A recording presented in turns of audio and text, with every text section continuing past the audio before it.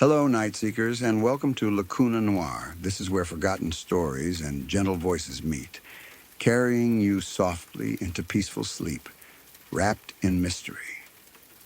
Before tonight's stories begin, I'd love to know, where in the world are you listening from? Drop a comment below and let me know. And a little note before we begin.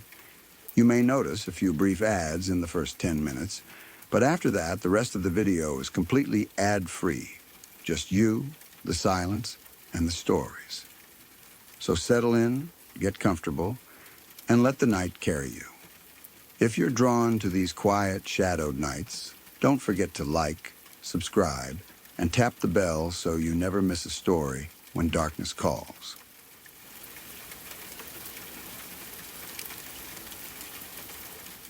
I remember that time in a way that still feels strange when I think back on it, even after years have passed. At the time, it didn't feel like something dramatic or unbelievable while it was happening.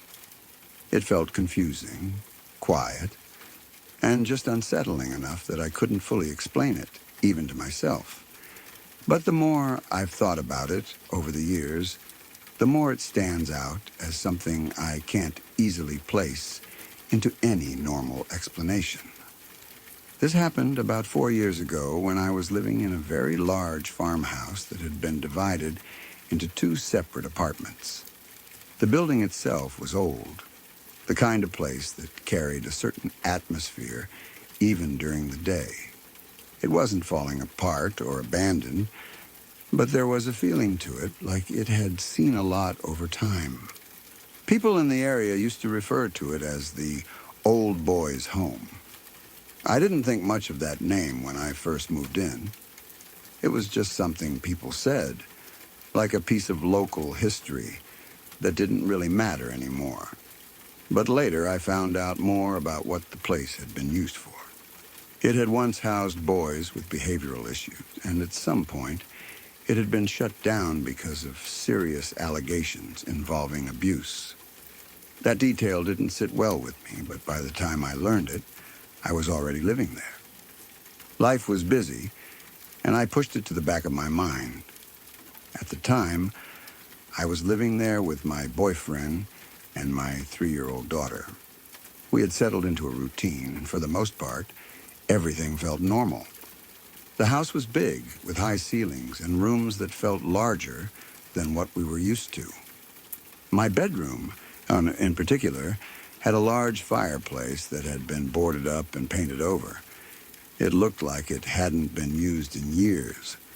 The surface was flat, almost like a solid wall, and at some point, I decided to move my bed against it while rearranging the room.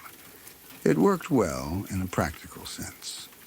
The fireplace area acted like a kind of headboard, giving the bed a defined position in the room. There was nothing unusual about the decision at the time. It was just part of organizing the space to make it feel more comfortable. That first night didn't feel any different at the beginning. Everything was quiet, the kind of deep silence that settles in after midnight.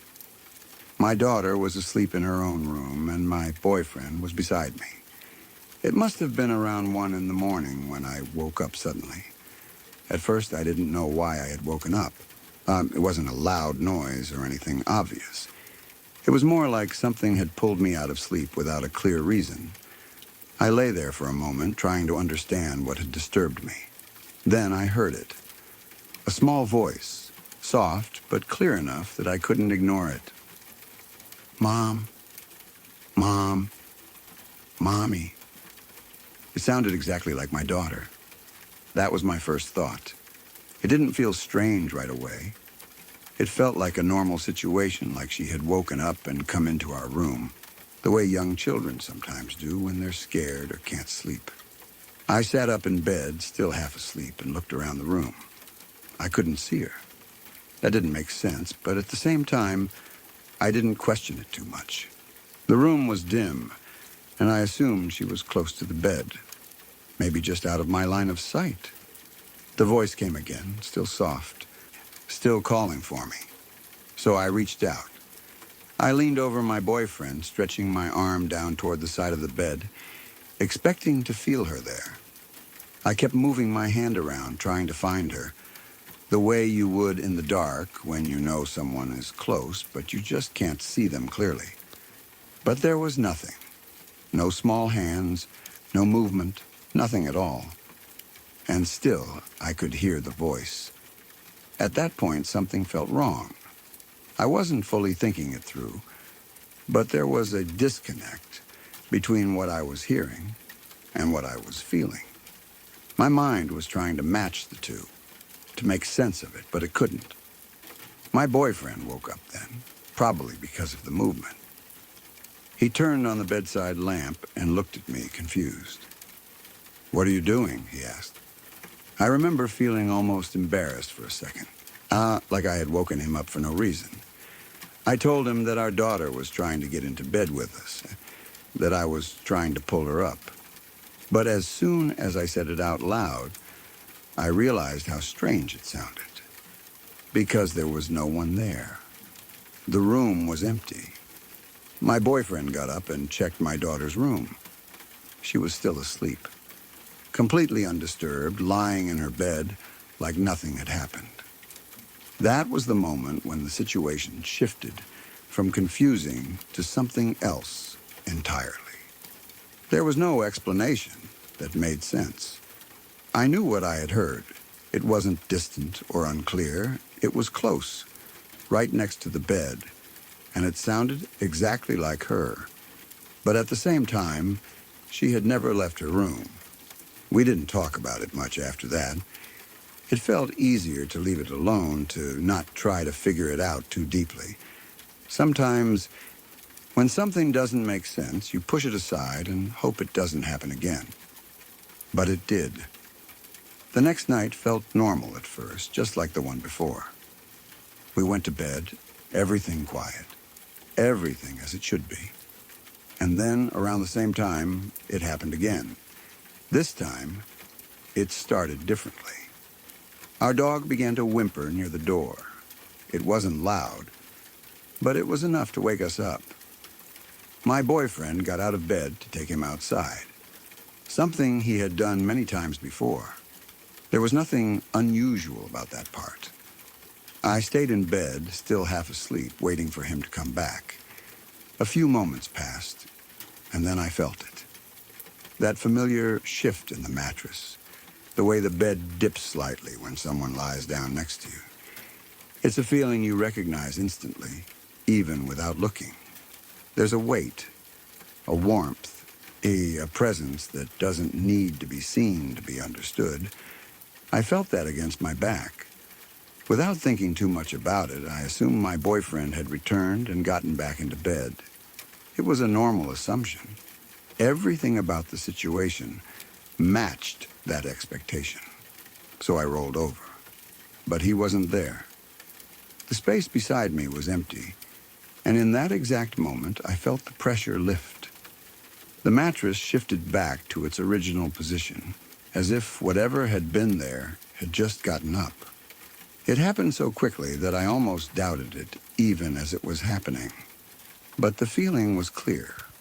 It wasn't imagined in the sense of something vague or uncertain. It was physical, something I had felt many times before in completely normal situations. Except this time, there was no one there. I didn't move for a few seconds. I just lay there. I'm trying to understand what had happened, trying to tell myself there had to be a simple explanation, but nothing fit. When my boyfriend came back into the room a short time later, I didn't even know how to explain it. It sounded impossible when you tried to put it into words. The next day, I made a decision without really thinking too much about it. I moved the bed. I pulled it away from the boarded-up fireplace and placed it on the other side of the room. It felt like a small change, but at the time, it was the only thing I could think to do. Something about that spot didn't feel right anymore, even if I couldn't explain why. After that, nothing else happened. Not once. We lived in that house for another 2 years, and there were no more incidents, no voices, no strange feelings, nothing that stood out in the same way. Life went back to normal, but that memory never really left. Even now, when I think about it, there's no clear explanation that fully makes sense. It wasn't something that happened over a long period of time. It was just those 2 nights, close together, and then it stopped as suddenly as it started. What stays with me isn't just what happened, but how real it felt in the moment. The voice that sounded exactly like my daughter. The feeling of someone lying next to me in the bed. Those are things that are hard to dismiss, even years later. And the fact that it never happened again after moving the bed only makes it harder to ignore. It's one of those experiences that doesn't come with a clear answer. It just stays with you, quiet but present, in a way that's hard to explain to anyone who wasn't there.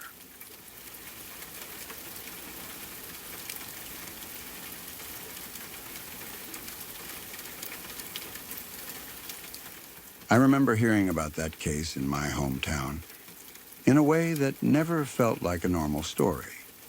It wasn't something people shared openly or talked about in detail. It moved quietly between conversations, mentioned in a low voice, almost like people didn't want to say too much out loud. But even with that silence around it, everyone seemed to know.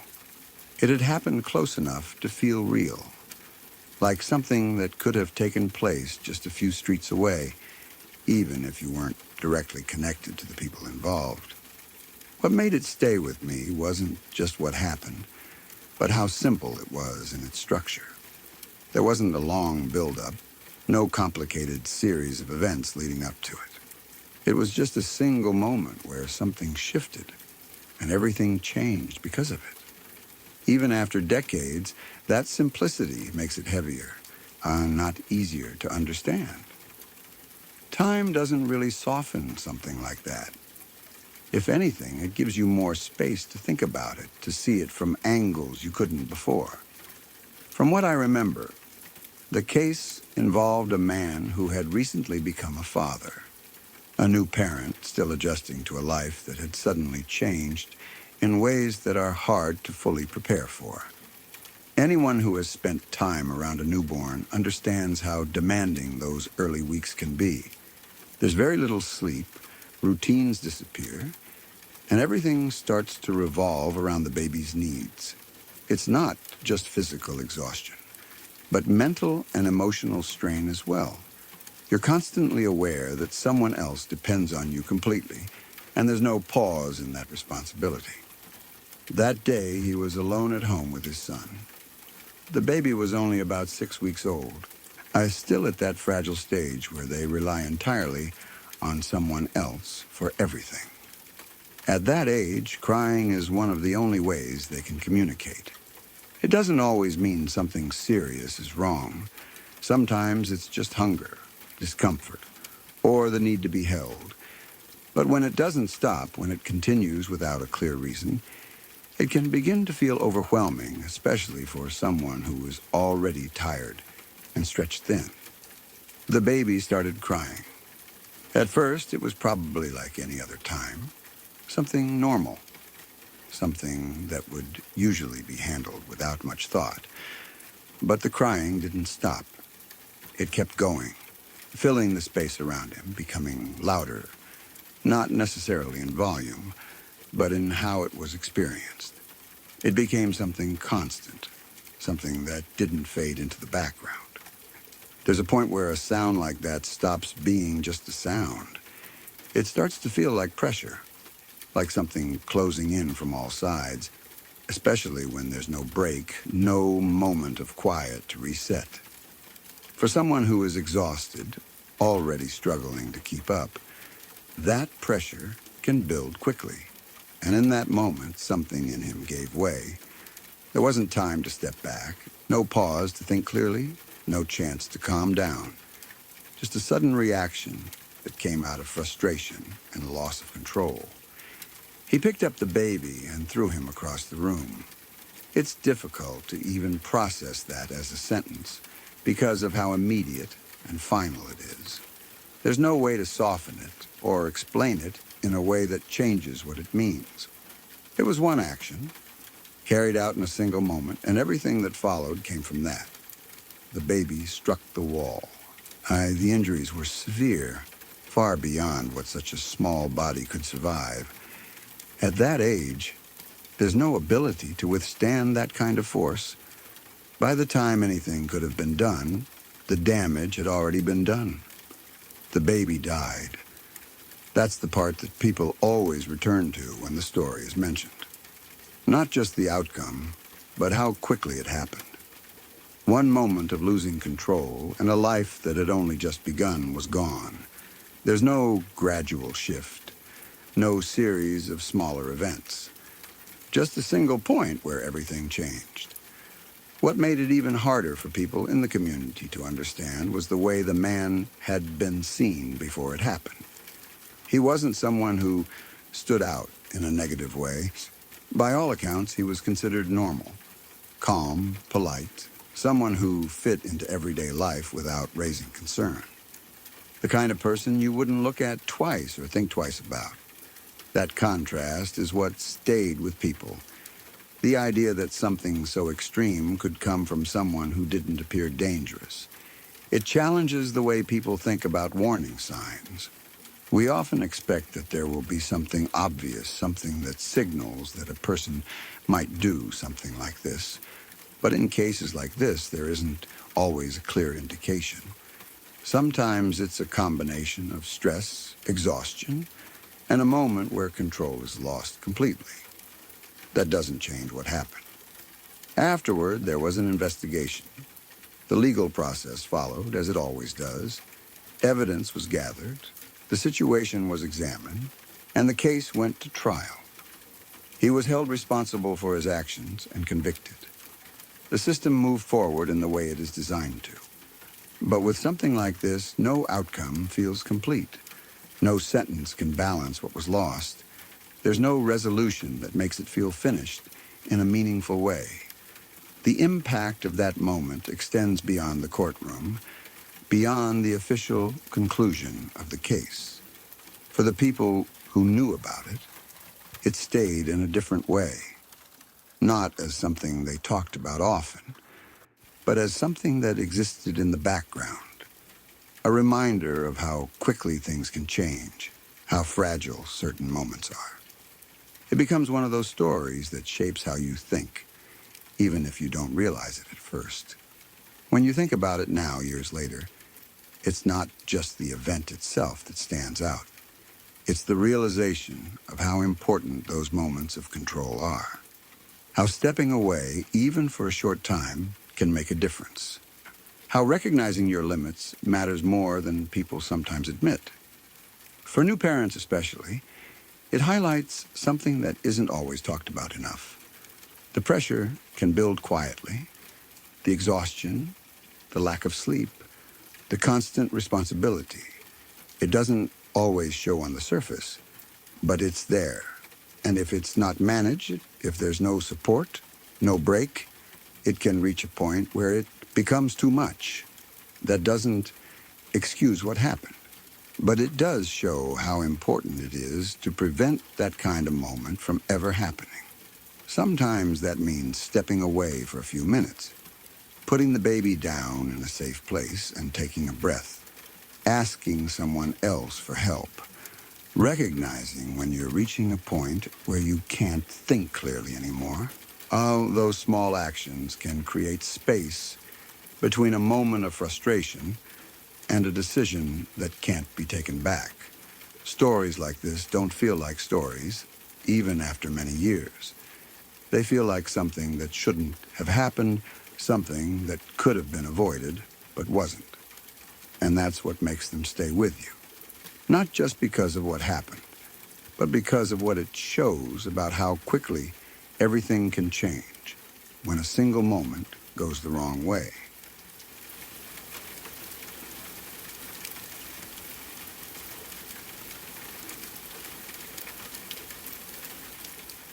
I still remember that day in a way that feels much closer than it should, even though so many years have passed since it happened. It doesn't feel like a distant childhood memory. It feels like something that sits just beneath the surface, quiet most of the time, but always there. Sometimes it comes back without warning, clear and sharp, like it only just happened. I was 9 years old then, still at that age where most days follow a simple pattern. School would end, and instead of going straight home, I would walk with my little sister to the Boys and Girls Club nearby. She was only 6 at the time, small enough that I felt responsible for her in a way that made me act older than I really was. Looking back, I was just a kid. But in that moment, I felt like it was my job to make sure we got there safely every day. The walk itself wasn't very long, and it had become part of our routine. We knew the path well. It took us across a park, one of those open spaces with grass that stretched out wide, broken up by walking paths and a few trees here and there. It was usually a calm place, especially in the afternoon. Sometimes there were other kids around, sometimes families, but nothing ever felt unsafe. It was just a normal part of the neighborhood. From the park, you could see the road we had to cross to reach the building. The Boys and Girls Club sat just beyond it, close enough that once you saw it, you knew you were almost there. That day didn't feel any different at first. It was just another afternoon, another walk, another routine we had followed so many times before. We were still some distance away from the road, maybe around 50 to 100 feet, when something caught my attention. A car had pulled up and parked near the crossing. A family was getting out. I didn't think much of it at first. It was normal to see people coming and going, especially around that time of day. But then I noticed the boy. He looked to be around my age, maybe a little older. He had stepped into the crosswalk, right between the painted lines on the road. I remember that detail very clearly, even now. The lines were bright against the pavement, and he was standing right in them, exactly where he was supposed to be. Where I lived, it was something everyone was taught early. If a pedestrian was in the crosswalk, cars had to stop. It wasn't optional. It was one of those basic rules that felt almost automatic, something you didn't question because it was just how things worked. So when it happened, it didn't make sense at first. Another car was coming down the road. It didn't slow down. There was no hesitation, no sign that the driver was going to stop. Everything seemed to move too fast and too slow at the same time, like my mind couldn't fully process what I was seeing. And then the car hit him.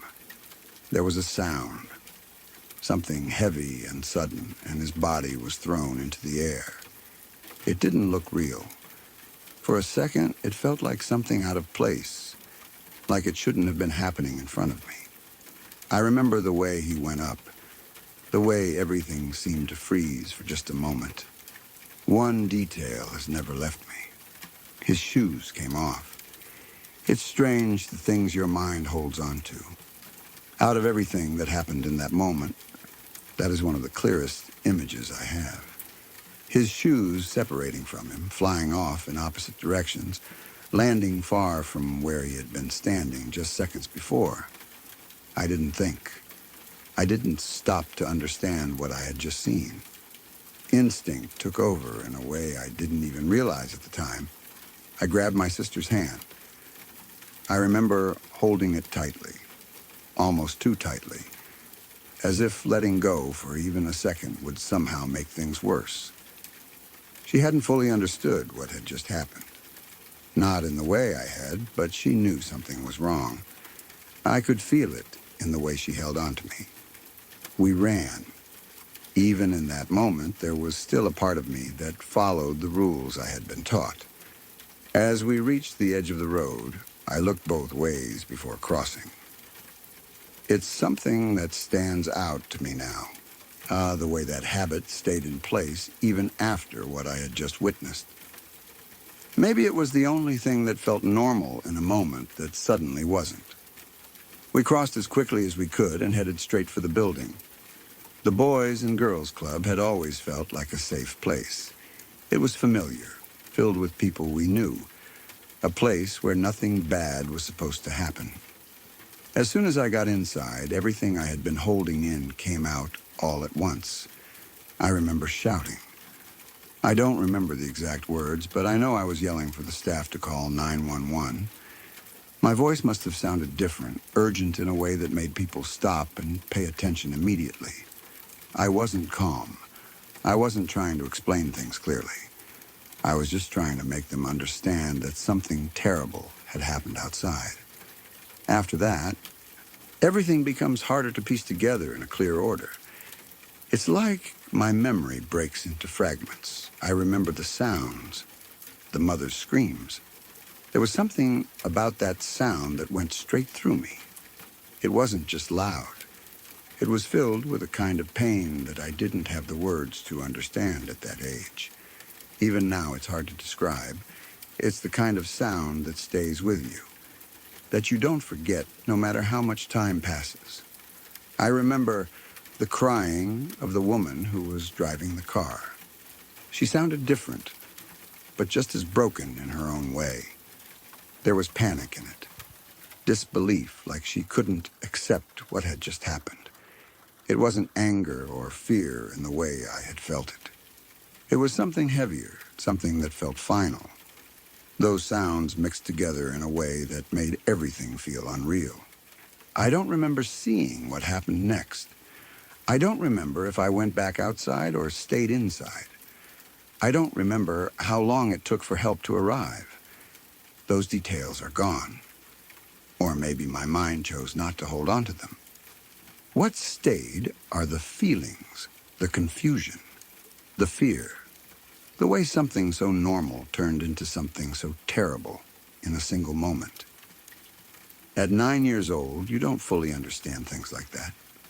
You don't have the ability to process what you've just seen in a logical way. You just feel it deeply and all at once without knowing what to do with it. What surprises me now, looking back, is what happened after. Or maybe what didn't happen. No one really talked to me about it. There was no moment where someone sat me down and asked what I had seen, how I was feeling, or if I was okay. Life seemed to move on, at least on the surface. The routine came back. School, walking, everyday things. It was like the world had decided to keep going, even though something inside me had shifted. I didn't know how to bring it up myself.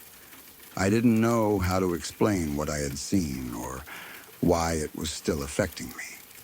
So it stayed inside, quiet but present. Even now, I can still hear those sounds if I think about it too long. The mother's screams, the crying of the woman who hit the boy, and that moment in between, where everything changed.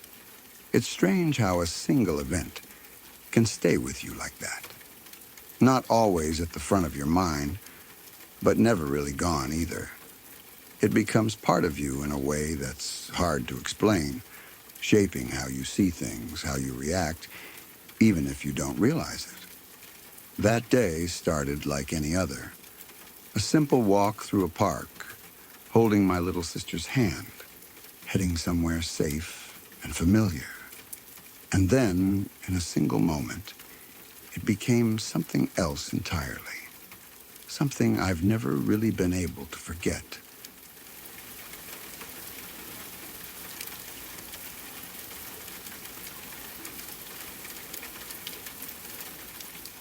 It started as one of those things that didn't feel like a big deal at the time.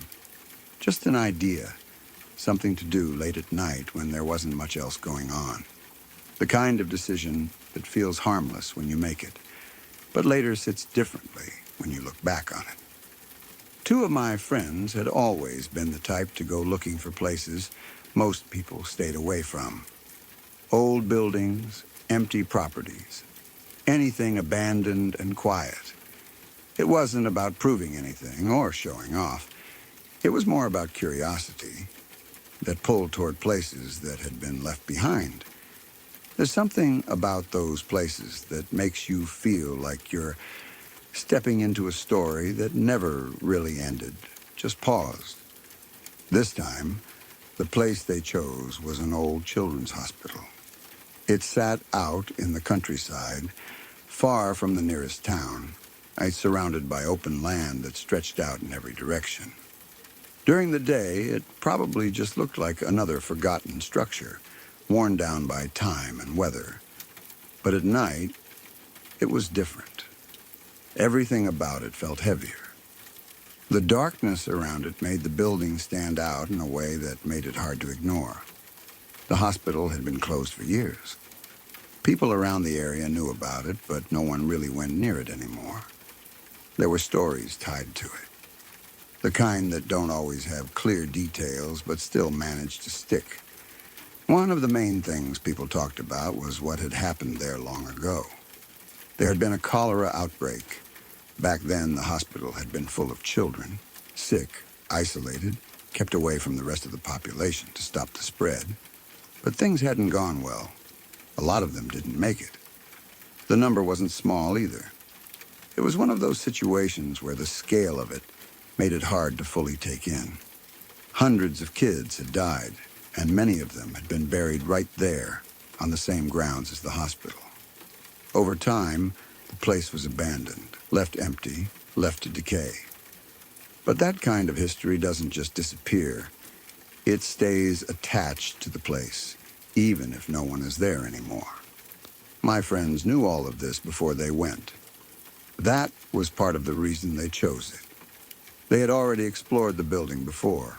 During the day, they had gone through the rooms, walked the long hallways, checked out the different parts of the hospital.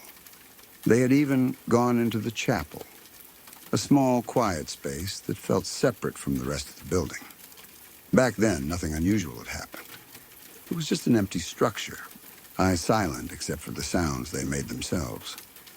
So when they decided to go back at night, it didn't feel like stepping into something unknown.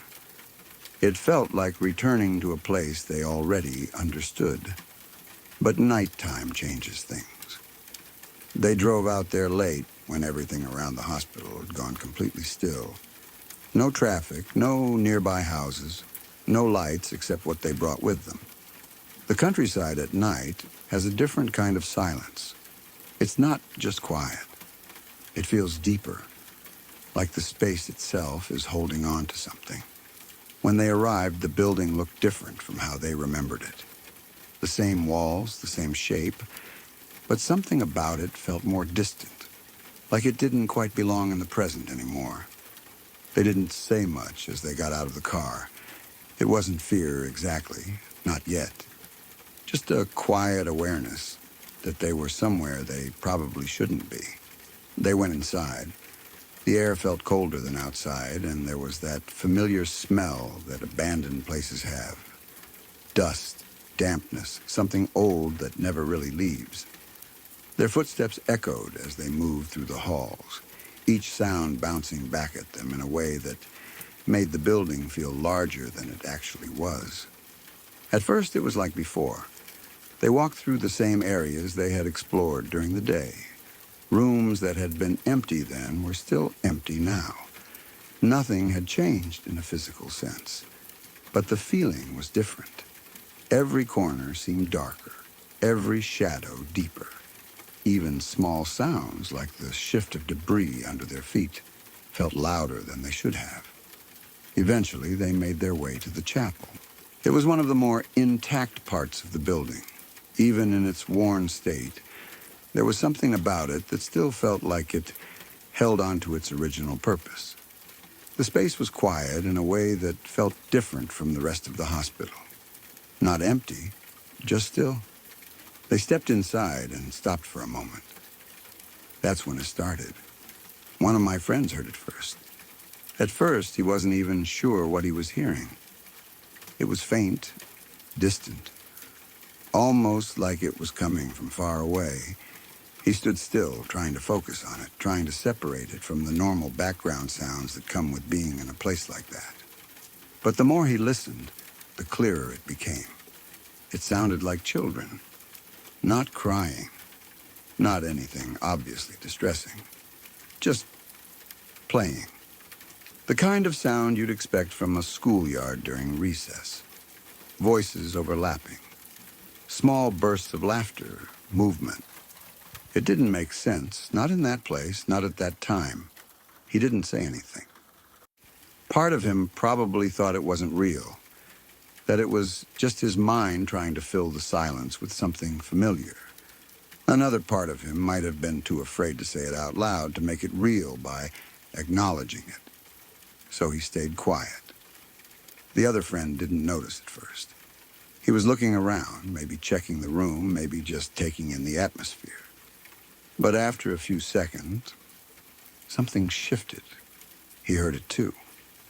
There was a pause, and then he said it, almost under his breath at first, like he didn't fully believe what he was about to admit. "Can you hear that?"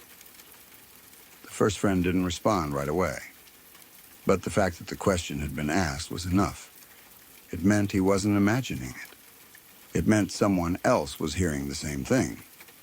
The second friend spoke again, this time more clearly, the tension in his voice harder to hide.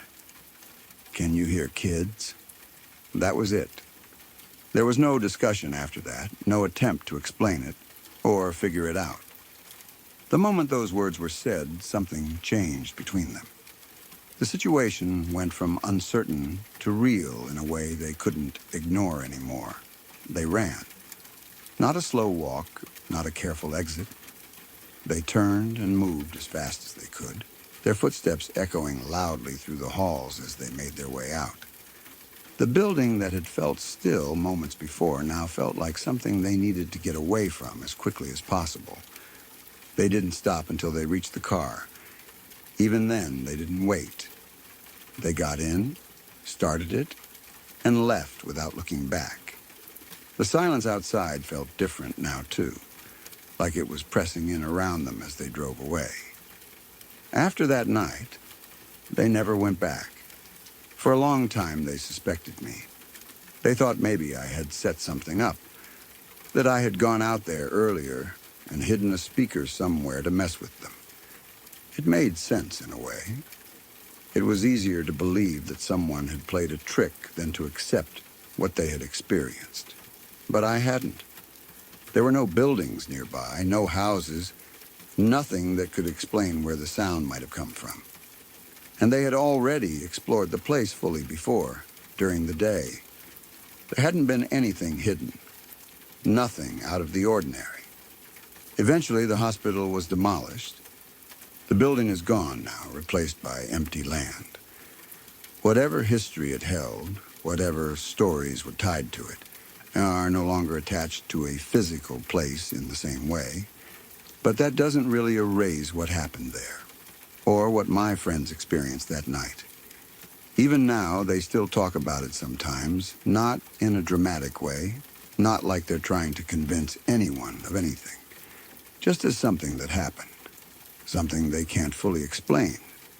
Maybe it was their minds playing tricks on them. Maybe the silence, the setting, and the history of the place combined in a way that made something ordinary sound like something else. Or maybe it wasn't that simple. Either way, it's one of those moments that stays with you. Not because you understand it, but because you don't. And sometimes, that's what makes it harder to forget.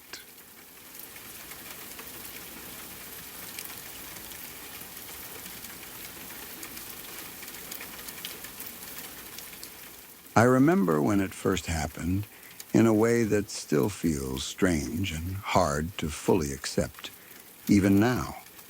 It's not like hearing about something far away on the news where it feels distant and disconnected from your own life. This was right next door.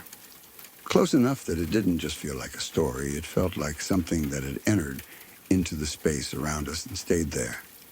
It changed the feeling of everything. not just for a few days or weeks, but for a long time afterward. The girl lived in the house beside ours. She was 14 years old. At that age, you are in that in-between place where you start to feel more independent. But you are still very much a child in so many ways. Life is supposed to be simple then. School, friends, small plans, everyday routines. Nothing heavy. Nothing that carries the kind of weight that comes later in life. She was just part of the neighborhood. Someone we saw often without thinking much about it. A familiar face, part of the normal rhythm of daily life. Before everything happened, there was nothing that stood out as unusual. The area was quiet and ordinary. Families lived close to each other. People went about their routines, and there was a general sense of familiarity. It was the kind of place where you recognize faces even if you don't know everyone personally. There was a feeling of safety that came from that, something that people don't always notice until it's gone. Then one day, she wasn't there anymore. At first, it didn't immediately feel like something serious. People go missing for short periods sometimes. Maybe she had gone somewhere without telling anyone. Maybe there was a misunderstanding. Maybe she would come back and everything would go back to normal. Those were the kinds of thoughts that filled the space at the beginning. It didn't feel real enough yet to be something worse. But as time passed, that feeling started to change. Her absence didn't resolve itself. It didn't get explained away. Instead, it grew heavier, more noticeable. The longer she was gone, the more it started to feel like something wasn't right. You could sense it in the way people began to act, even if no one said it directly. Conversations became quieter. People spoke in lower voices, choosing their words more carefully. It wasn't just what was being said, but how it was being said.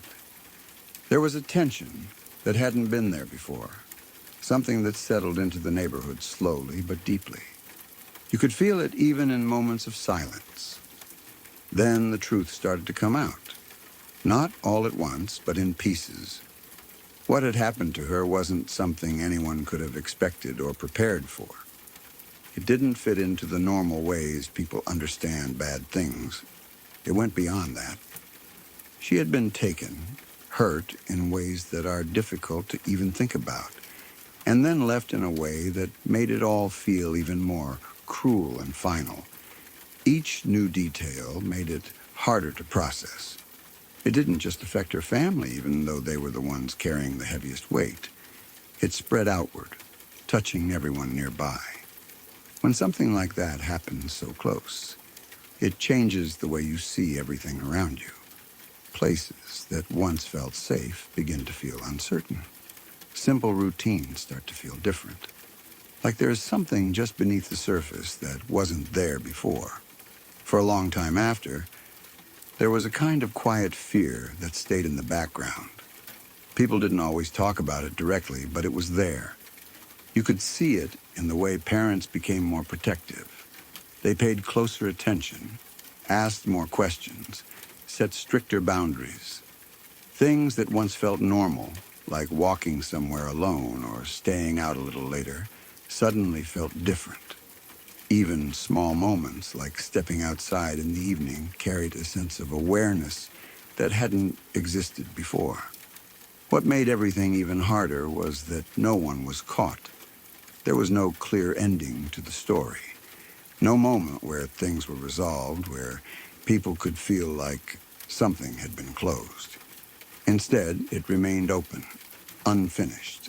That kind of uncertainty doesn't just go away. It lingers, sitting in the background without giving you anywhere to place it. And then, as time went on, something else happened. Not immediately, and not in a way that was obvious at first. There were gaps, enough time for things to begin to settle slightly, for life to start feeling somewhat normal again. But then another girl disappeared, another situation that felt too similar to ignore. At first, people weren't sure what to think. It wasn't exactly the same place, not exactly the same circumstances, but it was close enough, similar enough. Slowly, people started to notice the pattern. Another young girl, another disappearance, another ending that no one wanted to face. By the time it had happened more than once, the feeling in the community had changed completely. It wasn't just fear anymore. It was something deeper, something more unsettling. The idea that this might not be a single, isolated event. The possibility that it was something ongoing, something intentional. That thought changed everything. People began to see things differently. Strangers stood out more than they used to. People paid closer attention to movements, to unfamiliar cars, to anything that seemed even slightly out of place. Even familiar faces sometimes carried a quiet sense of doubt. Not because anyone wanted to suspect the people they knew, but because something like this changes the way your mind works. You start looking for explanations, even when there aren't any. There was also something unsettling about the timing. It didn't happen all at once. There were stretches of time in between, long enough for things to calm down slightly, for people to begin to relax just a little. And then something would happen again, bringing everything back all at once. It felt like a cycle that never fully ended, only paused. Each time, the reaction followed the same pattern. Shock, followed by fear, followed by silence. People would talk about it in small groups, trying to make sense of it, trying to understand how something like this could keep happening without anyone being stopped. Conversations would circle around the same questions, the same uncertainties, and each time the same problem remained. No one knew who was responsible. There were theories, of course. People tried to connect the cases, to find patterns, to see if there was something that linked them together. Some believed it had to be the same person, given the similarities. Others thought it could be different individuals, influenced by what they had heard. But none of those ideas led to anything certain. From the outside, it might look like just another series of crimes, something reported and then eventually forgotten. But when it happens close to you, when it becomes part of your environment, it doesn't fade in the same way. It stays. Even years later, there is still that feeling that things were never fully resolved, that something remains unknown, unfinished. It changes the way people move through their lives, even if they don't always think about it directly. And then there is the question that never really goes away. If there are a certain number of known cases, how many are there that no one knows about? That thought sits quietly in the background, unanswered. Because when something like this happens more than once, it becomes impossible not to wonder about what isn't visible. Not everything is reported in the same way. Not everything becomes widely known. And that uncertainty adds another layer to everything else. Over time, life continues. It has to. People go back to their routines. The neighborhood continues to look the same on the surface. The same houses, the same streets, the same daily patterns. But underneath that, something has changed. There is a memory that doesn't disappear. A quiet awareness that something like that happened here, and that it could happen again. It's not something that shows itself all the time, but it's always there, just beneath the surface. And maybe that is the hardest part to come to terms with. Not just what happened, but the fact that there are still no answers.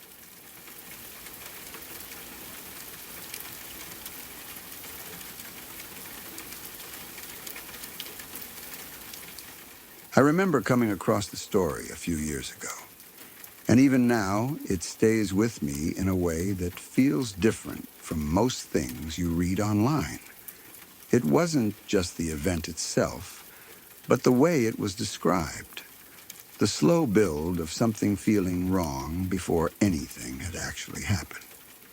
It was part of a discussion about people who had avoided dangerous situations by trusting that sudden feeling that tells you to leave, even when you don't fully understand why. There was a larger idea being talked about in that thread, something most people recognize on some level.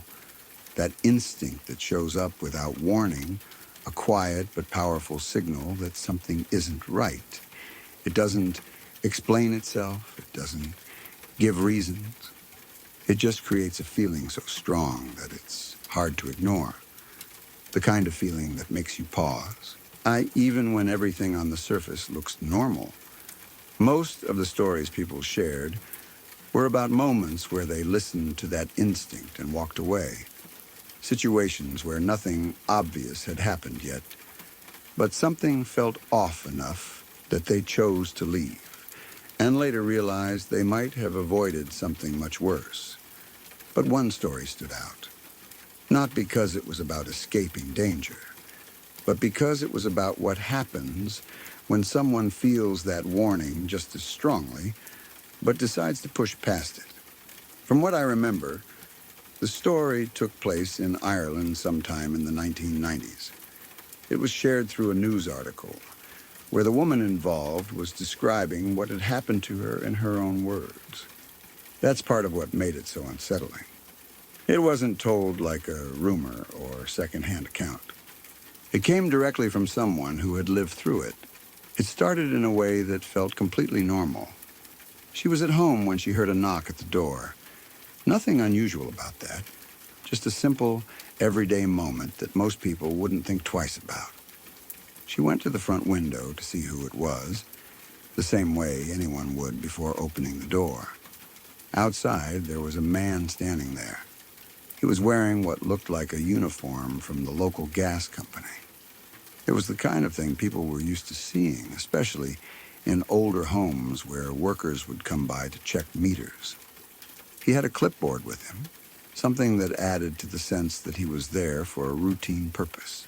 He looked up, saw her at the window, and smiled.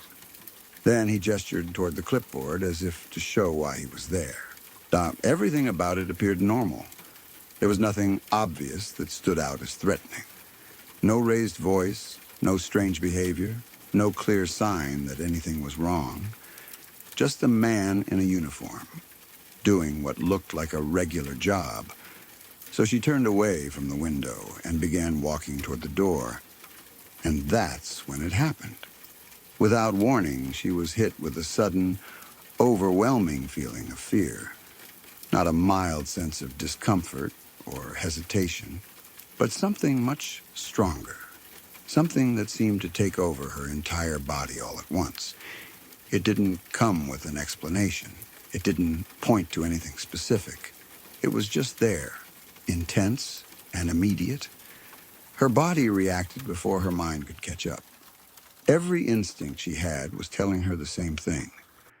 Don't open the door. Even as she continued walking down the hallway. That feeling didn't fade. If anything, it grew stronger. Her body started to shake. Her hands trembled.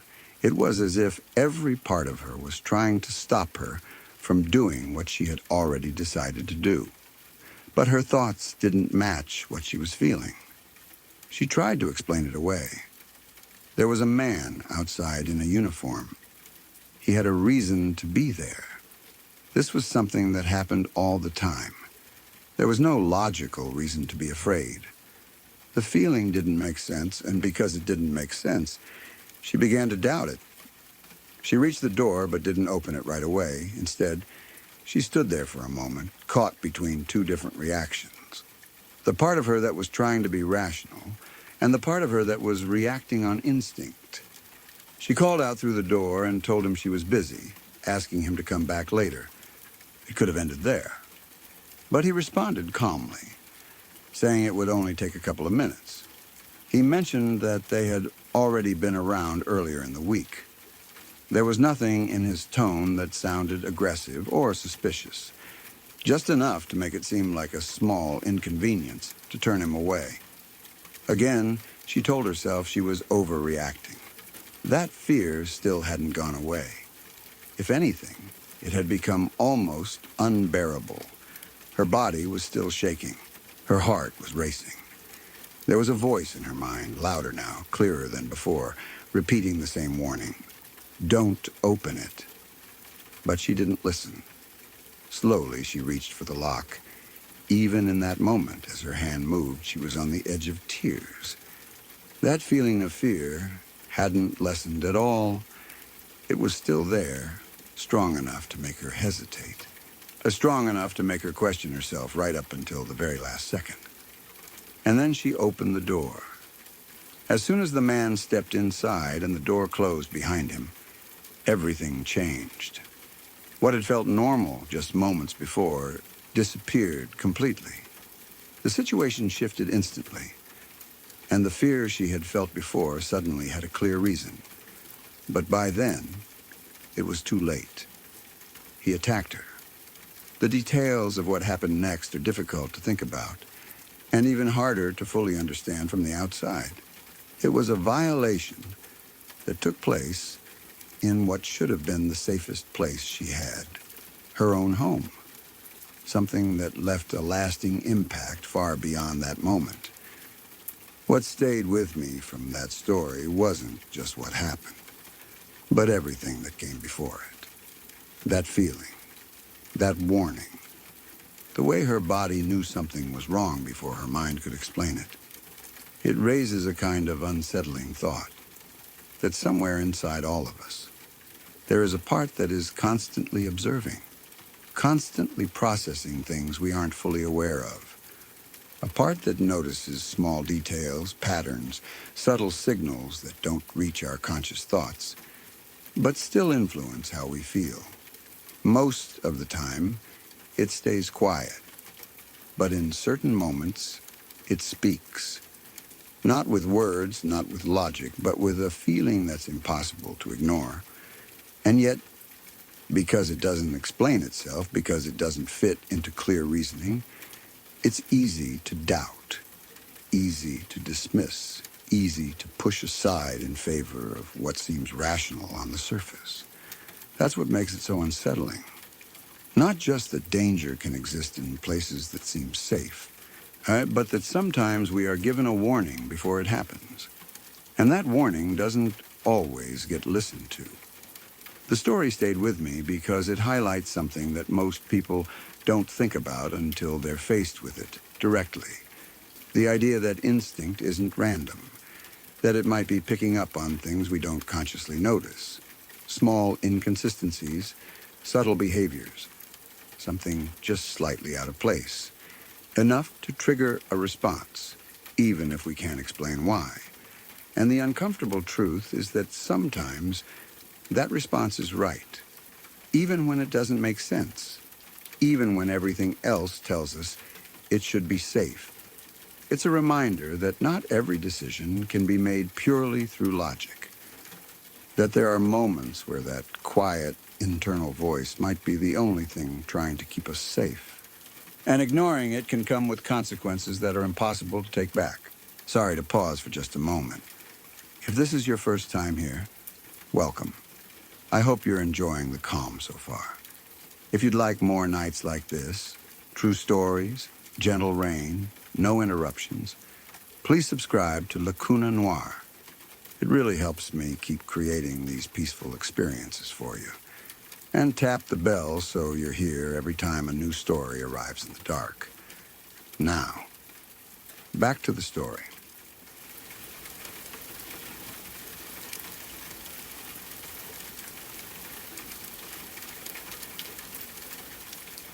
I remember this story in a way that feels very quiet at first, almost ordinary, until you really sit with it and start to notice how quickly things shift underneath the surface.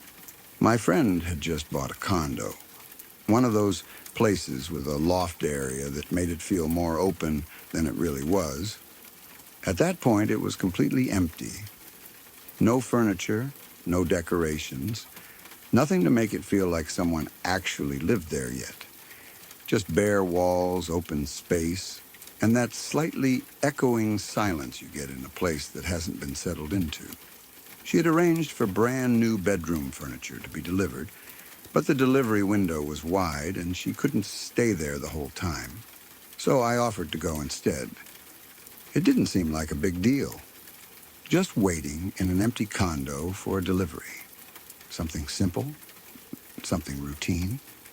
This was back in the early 90s, so there wasn't much to do in a place like that. No internet, no TV hooked up yet, nothing to distract you. The only thing we had set up was a landline phone. So I ended up calling a friend just to pass the time, talking about nothing in particular, just filling the silence while I waited. At some point during the call, I happened to look out toward the street and saw a truck coming down. I noticed the name on the side right away. It matched the store the furniture had been ordered from. My first thought was relief. They were earlier than expected, which meant I wouldn't have to sit there waiting for hours. Everything still felt completely normal. I stayed on the phone, still talking casually, as the truck pulled up outside. I remember thinking I should probably wrap up the call once they got to the door, just to focus on letting them in and showing them where everything needed to go. But just before I could hang up, something changed. It wasn't something I saw. It wasn't something I heard. It was a feeling. Out of nowhere, it was like my chest tightened so suddenly and so strongly that it almost took my breath away. It felt like pressure, like something heavy pressing down from the inside. It didn't make sense. Nothing had happened yet. There was no reason for it. I paused mid-conversation. I told my friend on the phone, without really thinking about how it sounded, that I needed her to stay on the line with me. I didn't explain why, because I didn't know why. I just knew I didn't want to be alone in that moment. She didn't question it. She just said okay and stayed. A few seconds later, there was a knock at the door. I went to open it. The two men standing outside looked exactly how you would expect delivery workers to look. Nothing unusual about them. Nothing that stood out in any obvious way.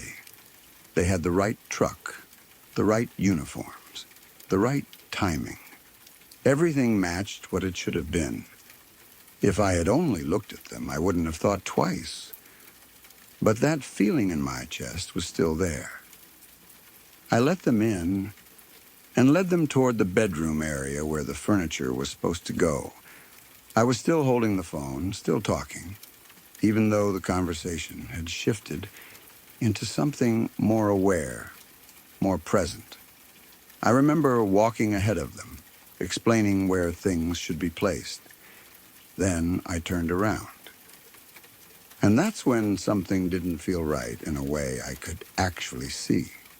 They were looking at me differently. Not in a casual, passing way. Not the way someone looks when they're just doing a job. There was something in their expressions that made my stomach drop. Something that didn't match the situation at all. I didn't say anything about it. I didn't confront it. I just turned and walked back out toward the main area, continuing to talk on the phone, but louder now, more deliberate, making sure my voice carried through the space. They started bringing the furniture in piece by piece.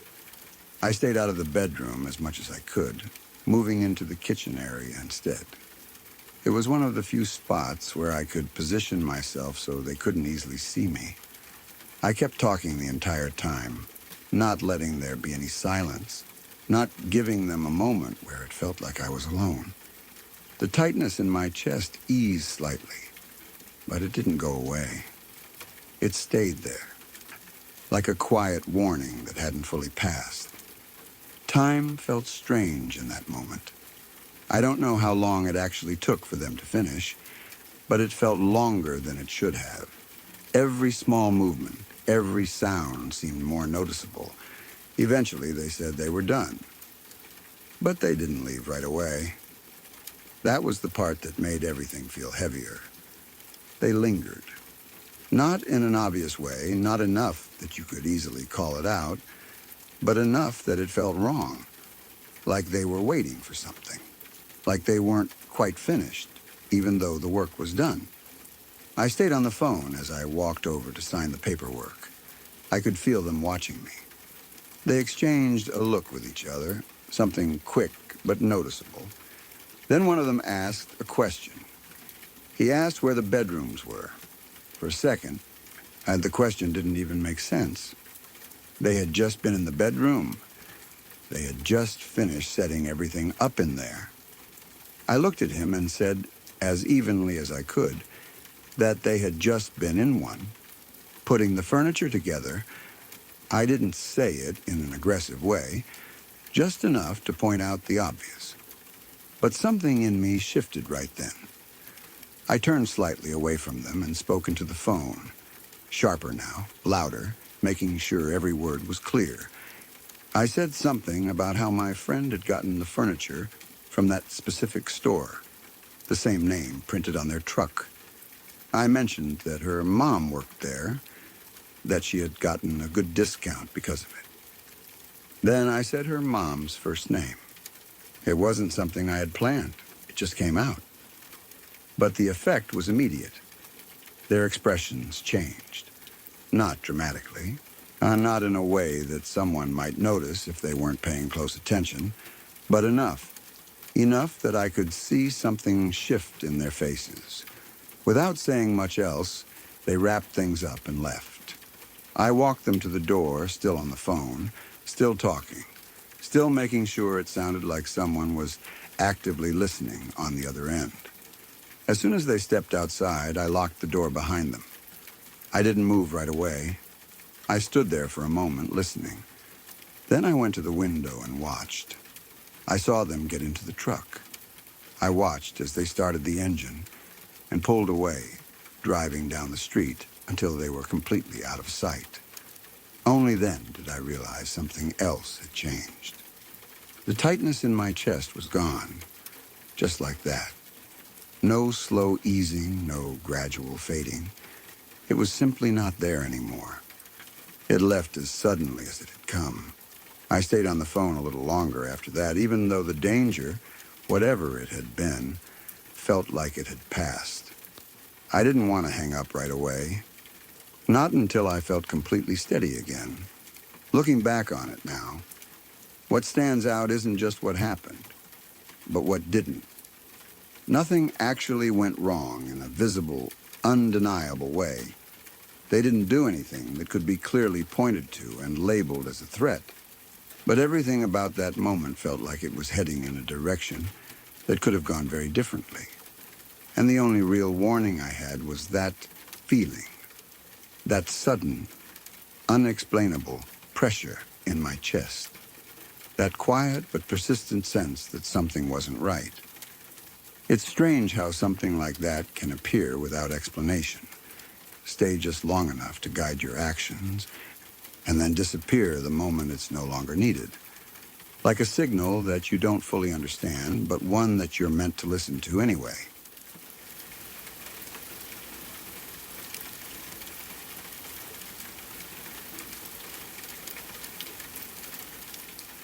I remember that night in a way that didn't feel unusual at the time, but became something much heavier the more I thought about it afterward. It started off like any other late drive, the kind you don't really pay attention to while it's happening. But later you realize how quickly something normal can turn into something else entirely. I was in my late teens, around 2001, back when having a cell phone wasn't something people relied on constantly. It wasn't something you kept in your hand or checked every few minutes. Calls cost money, and because of that, you only used it when you absolutely needed to.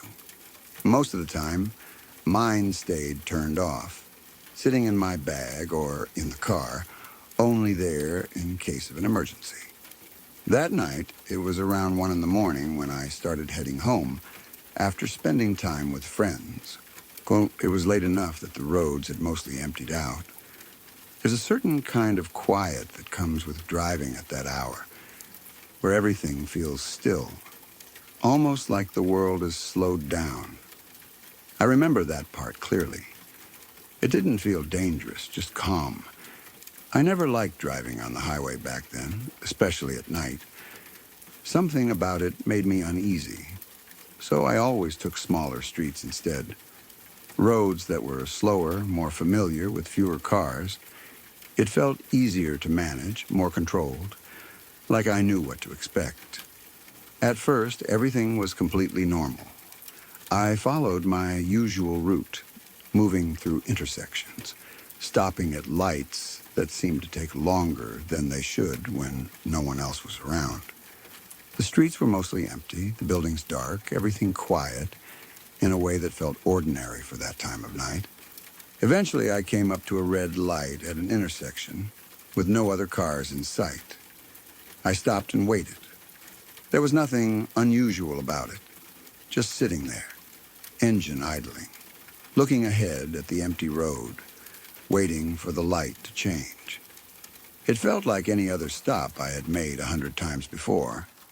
Then I noticed headlights behind me. Another car pulled up and stopped. Again, nothing strange about that. Even late at night, you still expect to see the occasional car. I didn't give it much thought at first. And then I heard the engine rev. It was sudden, louder than it needed to be. Not the kind of sound you expect from someone just sitting at a red light. Before I could really process it, the car behind me moved forward and bumped into the back of my car.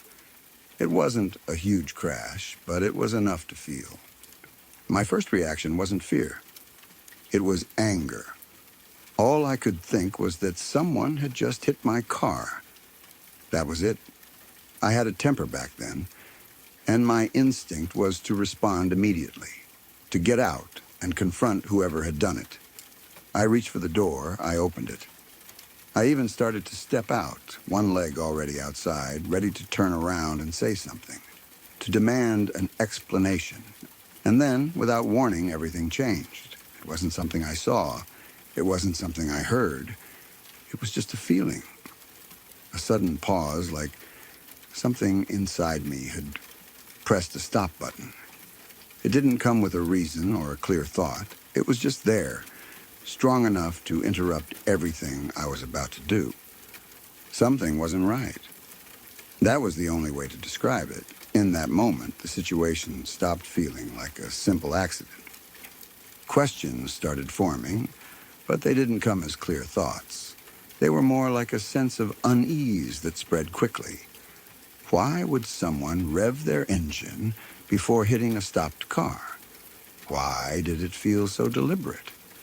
I froze halfway out of the car. Then I pulled my leg back in and shut the door. I stayed inside. The light turned green, but I didn't move right away. I just sat there, trying to understand what was happening, hoping the car behind me would get impatient and go around me, but they didn't. The light turned red again, and then it happened again.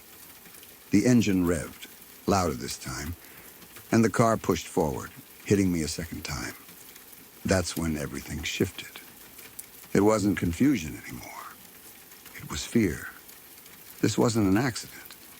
This was intentional. My heart started racing, and I reached for my phone. It was still off, just like always.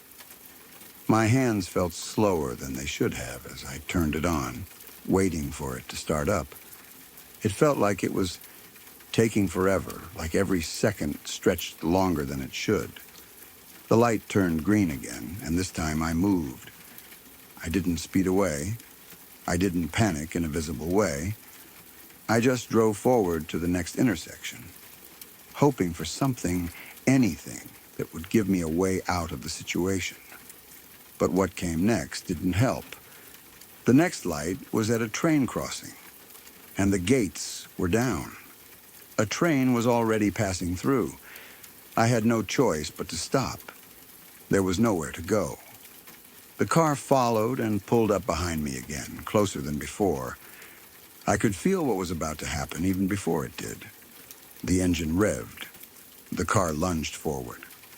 Another hit. This time, the sense of being trapped became overwhelming. There was no way forward, no space to escape. No one else around to notice what was happening. The quiet streets that had felt calm before now felt completely isolating. My phone finally turned on. I didn't hesitate. I dialed 911. Even that felt like it was taking too long. Waiting for the call to connect, holding the phone, aware that someone was sitting behind me who had already hit my car multiple times for no clear reason. Then the call went through. I lifted the phone to my ear, and almost immediately, something changed. The car behind me backed up. It didn't hit me again. It didn't move closer. It reversed, turned around, and drove away the way it had come. Just like that. Gone. I stayed where I was until the train passed and the gates lifted. Even then, I didn't move right away. I just sat there, trying to steady myself, trying to understand what had just happened. Eventually, I drove home, but the feeling didn't go away. The next morning, the police came to my house. They asked questions about the car, about the driver, about anything I might have noticed. But I didn't have much to tell them. The headlights had been too bright, shining directly into my mirror. I hadn't been able to see clearly. But what the officer told me stayed with me more than anything else. He said it was a good thing I hadn't gotten out of the car. He explained that there had been cases where drivers, especially women, were being targeted in a similar way. Cars would bump into them from behind, just enough to make it seem like a minor accident. The goal was to get them to step out, to confront the situation, and to let their guard down for just a moment. And then something much worse would happen. Hearing that changed everything. What had felt like a strange, aggressive encounter suddenly had a much darker meaning. If I had stepped out of the car, even for a few seconds, the outcome could have been completely different. And the only reason I didn't was that small moment, that pause, that feeling that something wasn't right. It didn't explain itself at the time. It didn't give me a clear reason to stay in the car. But it was strong enough to make me stop, strong enough to make me close the door and stay where I was. Looking back, it's hard not to think about how small that decision was. Just pulling my leg back in, just closing the door, just staying inside. Such a simple action, but one that may have changed everything.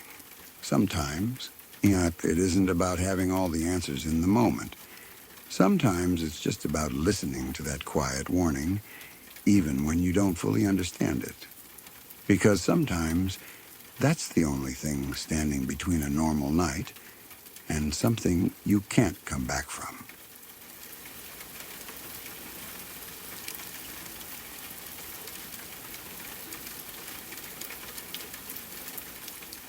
I remember that period of my life in a way that still feels tense when I think about it, even now. Time has passed, and a lot has changed since then.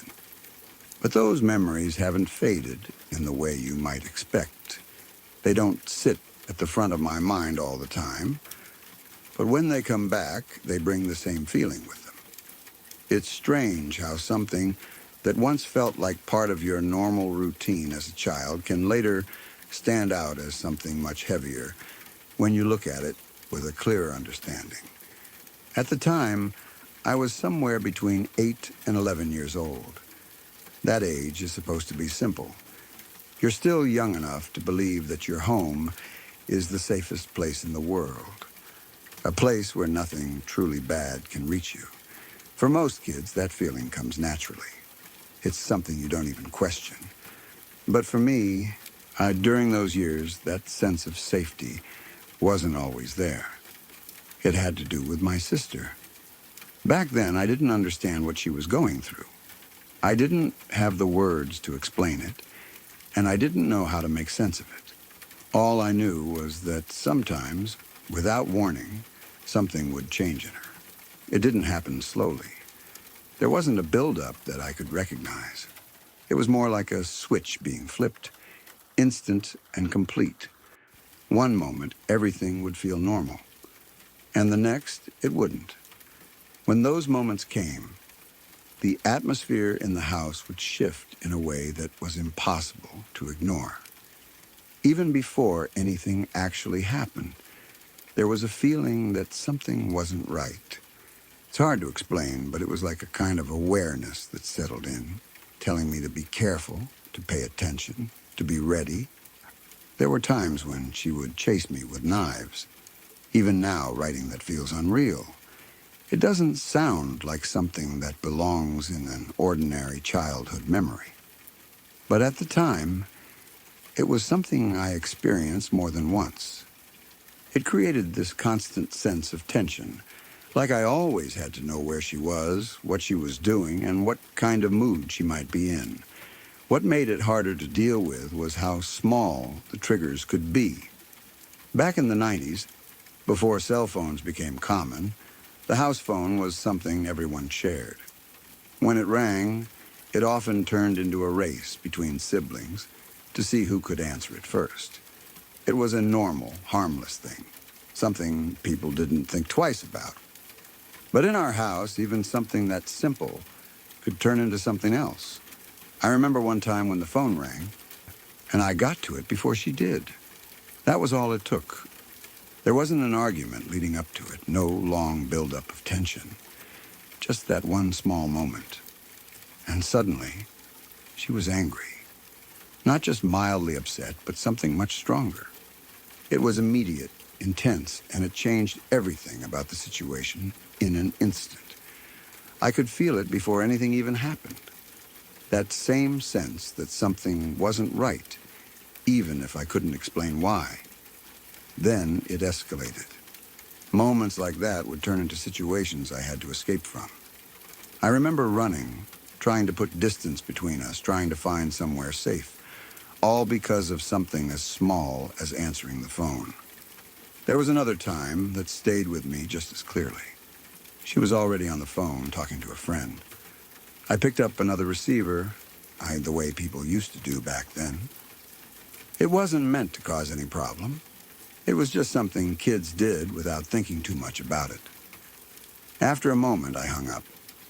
Again, it was something small, something that, in most homes, would have been nothing more than a minor annoyance. But for her, it wasn't. It triggered the same kind of reaction, sudden, intense, and completely out of proportion to what had actually happened. At that age, I couldn't understand it. I couldn't make sense of why something so small could lead to something that felt so serious and so dangerous. Looking back, what stands out most isn't just the individual incidents. It's the overall feeling that came with them. The constant awareness, the need to be careful. Home didn't always feel like a place where I could fully relax. There was always something in the back of my mind, a quiet thought that something might happen, that something might set things off again. It changes the way you move through your own space when you feel like you have to stay alert like that. Even normal moments felt different. You start thinking ahead, even as a child. You start paying attention to small things that might not matter to anyone else. The tone of someone's voice, the way they move, the mood they seem to be in, all of it becomes something you notice, something you try to read, because it feels important. There were also moments that were difficult in a different way. I remember how she would sometimes say things to other people that felt wrong, even back then. Like the way she would call my friend who had diabetes. Something cruel and hurtful. I didn't fully understand why she said those things, but I knew they weren't right. It added another layer to everything, another sign that something wasn't the way it should be. At the time, all of it felt confusing. There was fear, but there was also a lack of understanding. I didn't know why things were happening the way they were. I didn't know what to expect from one day to the next. It wasn't constant chaos, but that almost made it harder. It was the unpredictability. The way things could be normal one moment and completely different the next. As a child, that kind of uncertainty can feel overwhelming. You don't have the experience or the perspective to put it into context. You just react to it as it comes, doing what you can to get through it. Looking back now, I can see it differently. What felt like something random and frightening at the time was part of something deeper. She was struggling with something that I didn't understand then, something that needed help and support. And eventually she did get that help. That's the part that changes how I see everything now. She's not the same person she was during those years.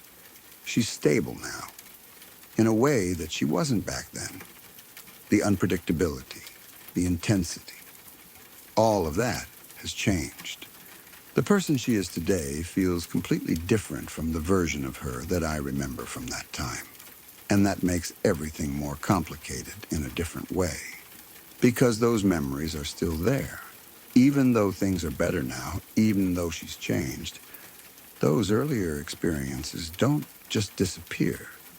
They stay in the background, shaping how you remember things, how you react, even how you feel in certain situations. I don't really talk about it. Part of that is because I don't know how to bring it up.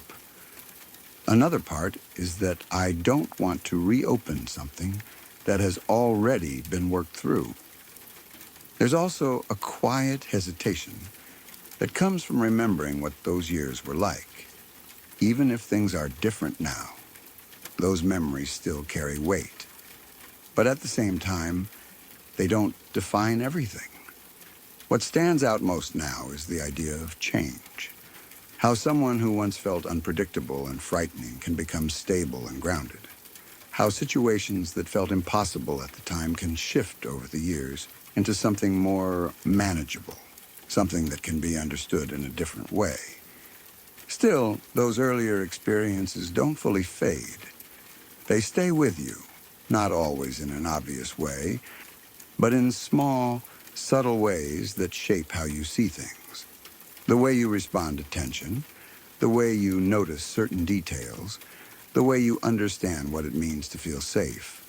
Those years were difficult in a way that's hard to fully explain. It wasn't constant danger. It was the uncertainty, the feeling that something could change at any moment, without warning. And as a child, that kind of feeling stays with you. Even now when I think about it, there's still that sense of what it felt like to move through a space where you couldn't fully relax. A place that was supposed to feel safe, but didn't always feel that way. And maybe that's the part that stays with me the most. Not just what happened, but what it felt like to live with that kind of unpredictability, and how long it can take for that feeling to truly fade.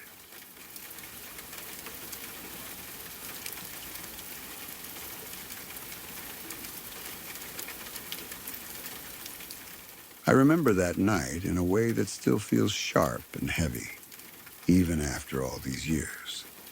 Some memories fade as time passes, becoming softer around the edges, but this one never did. It stayed clear, almost unchanged, like it was locked in place. Sometimes it comes back in pieces, small details that feel just as real as they did in that moment. It doesn't feel like something that happened a long time ago. It feels close, like it could happen again at any time. Back then, I was 17. Life felt simple in the way it usually does at that age. Most days were built around school, friends, and small plans that didn't carry much weight. That night was supposed to be just another one of those moments. Me and two of my friends, Sawyer and Drake, had been invited over to Riley's house. It wasn't anything unusual.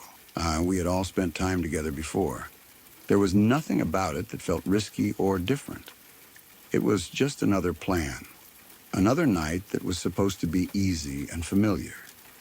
It was July 12th, 2014. There was nothing about the date itself that seemed important at the time. It was just another summer night. The kind where everything feels slower, where you don't think too much about what could go wrong. You just expect things to go the way they always do. When we got there, something felt off almost immediately. At first it was subtle, the kind of feeling you don't question right away. Riley wasn't answering his phone. We tried calling him more than once, but there was nothing. No response, no message, no sign that he had even seen the calls. It wasn't like him to just ignore us like that, especially when we had already planned to come over. We walked up to the door and knocked. There was no answer. At that point, it was still easy to explain away. Maybe he was in another room. Maybe he had headphones on. Maybe he just didn't hear us. There were plenty of small reasons that could make sense of it, and at first, we held on to those. But then that feeling started to grow. Earlier that week, Riley had said things that stayed in the back of our minds. He had talked about feeling suicidal. It wasn't something any of us knew how to fully handle. Sometimes people say things like that, and you hope they don't mean it the way it sounds. You hope it's just words, something that will pass. But standing there with no answer and no sign of him, those words came back in a way that felt heavier. We knocked again, harder this time, then louder. We started calling his name, raising our voices, trying to get any kind of response. It wasn't just casual anymore. It was urgency. The kind that builds quickly when something feels wrong and you can't explain why. We were trying to reach him, trying to make sure he was okay, hoping he would just come to the door and everything would fall back into place. But it didn't. Everything changed in a single moment. There was a loud bang. At first, it didn't register as what it really was. It was just a sudden, violent sound that cut through everything. It felt out of place, like something that didn't belong in that moment. But before there was time to process it, something else happened. Blood hit my face. It was so sudden and unexpected that my mind couldn't catch up. 1 second we were standing there, and the next, everything had changed. Drake was gone, shot in the head. It happened instantly, without warning, without anything that could have prepared us for it. Time didn't feel normal after that. It felt distorted. Everything moved too fast and too slow at the same time. There was no space to think clearly, no way to understand what was happening in a calm way. It was just chaos. Fear, confusion, shock, all at once, overwhelming and impossible to organize into anything that made sense. Then another shot. Sawyer was hit. Another moment, another sound, another piece of reality breaking apart. Then another shot. And this time, I was hit too. I didn't fully understand it at first. There was just a sudden impact, a feeling that something had gone wrong in a way I couldn't yet define. Pain didn't even come right away. It was more like a realization that something wasn't right, that something had changed. In moments like that, your body takes over. There's no clear thinking, no step-by-step decisions. It's instinct, survival. The only thing that makes sense is to get away, to move, to put distance between yourself and whatever's happening. So I ran. I didn't think about where I was going or what I was doing. I just moved, driven by something automatic and urgent. It felt like the only option, the only way to stay alive in a moment that didn't make any sense. But then I heard something. Sawyer. He was still alive. There was a sound, weak and broken, but still there. He was breathing, struggling, trying to hold on, and hearing that changed everything again. For a moment, I had accepted that I might not make it out of that situation. It felt unavoidable. But leaving him there didn't feel like something I could do. So I stopped. And then I turned back. It wasn't a logical decision. It wasn't something I thought through. It came from somewhere deeper, something that didn't need explanation. If this was going to be the end, then running away while he was still there didn't feel right. So I went back to him. I ran toward him instead of away. When I reached him, I didn't know what to do. I wasn't trained for anything like that. I was just a 17-year-old trying to make sense of something impossible. But I tried anyway. I stayed with him, trying to help in whatever way I could, even though I didn't know if it would make any difference. I tried to call 911, but nothing worked. My hands were covered in blood, and the phone wouldn't respond to my touch. I remember that detail clearly. The way I kept trying over and over again, pressing the screen, hoping it would work, and it just wouldn't. It felt like being stuck, like being trapped in a moment where every second mattered, but nothing was going the way it should. Everything around me felt unreal. The sounds, the confusion, the feeling of not understanding how any of this could be happening. It didn't feel like something that could be real, but it was, and there was no way to stop it. No way to go back to what things were just moments before. At some point, Riley called the police. He told them there were unknown people on his property. And later, he called again and told them the truth, that he had shot 3 of his friends, that one of them was already gone. Drake didn't make it. That part has never left me. The way time stretched in those moments. The way everything felt like it was happening both too quickly and too slowly. The feeling of watching something you can't change, something you can't stop, no matter how much you want to. That night didn't end when it was over. It stayed. It became part of everything that came after. The way I think, the way I remember things, the way certain moments feel heavier than they should. It's not something that fades or disappears. It becomes part of you, whether you want it to or not. Even now, talking about it feels difficult. Oh, there are details I don't go into, not because they aren't there, but because some things are harder to revisit than others. It's not just about what happened, but about how it felt to be there, to experience it without warning, without any way to prepare. What stands out the most isn't just the violence. It's how quickly everything changed. One moment, it was just a normal night with friends, something simple and familiar.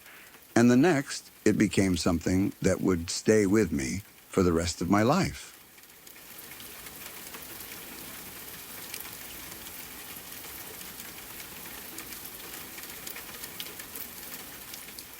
The story takes place years ago, back when a couple was just beginning their relationship.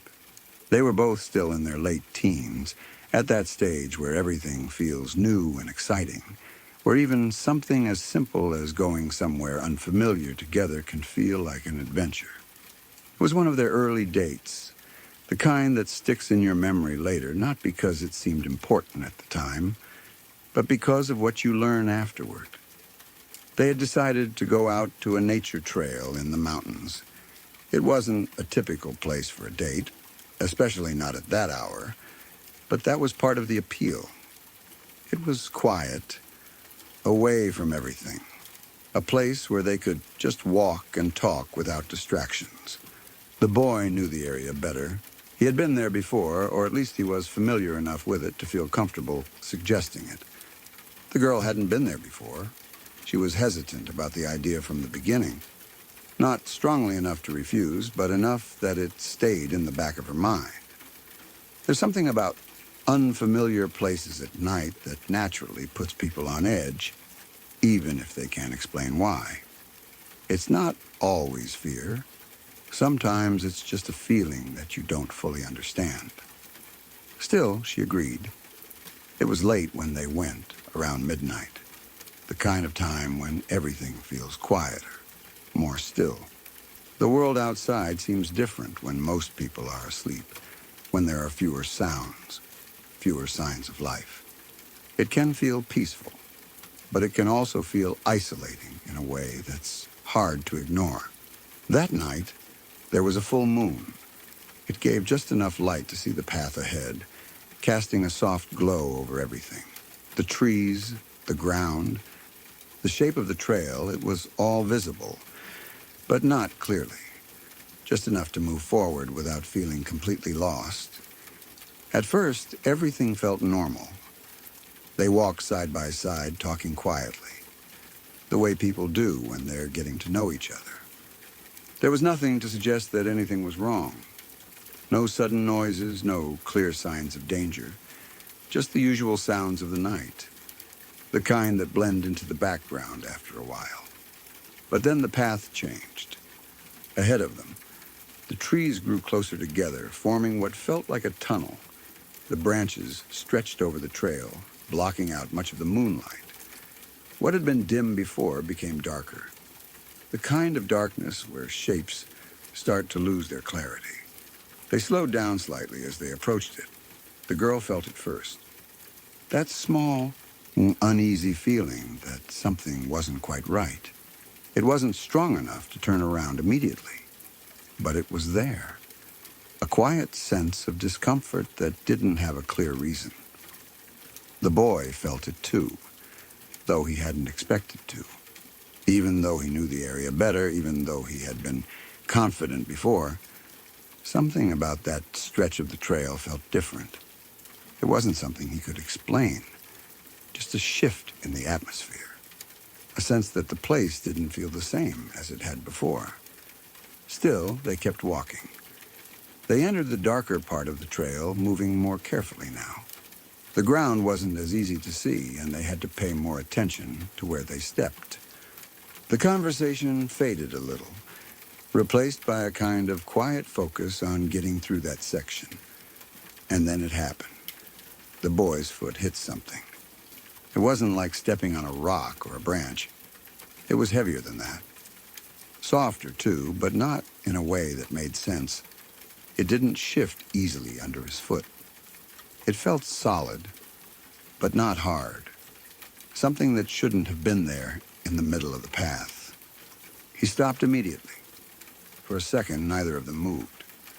There was a brief moment where they could have looked down, could have tried to understand what it was, but something about that feeling, that contact, made it clear enough that they didn't want to know. They didn't investigate. They didn't try to figure it out. Instead, they turned around and went straight back the way they had come. There was no discussion, no debate about what to do. It was instinct. The kind that tells you to leave without asking questions. They walked faster at first, then quicker still, until it turned into something closer to a run. They didn't stop until they reached the car. Even then, they didn't go back. They didn't return with a flashlight, didn't try to explain it away. They left. Whatever had been on that path stayed there, unknown and unexamined. Life moved on after that. The night became just a strange memory, something they might have talked about occasionally, but never fully understood.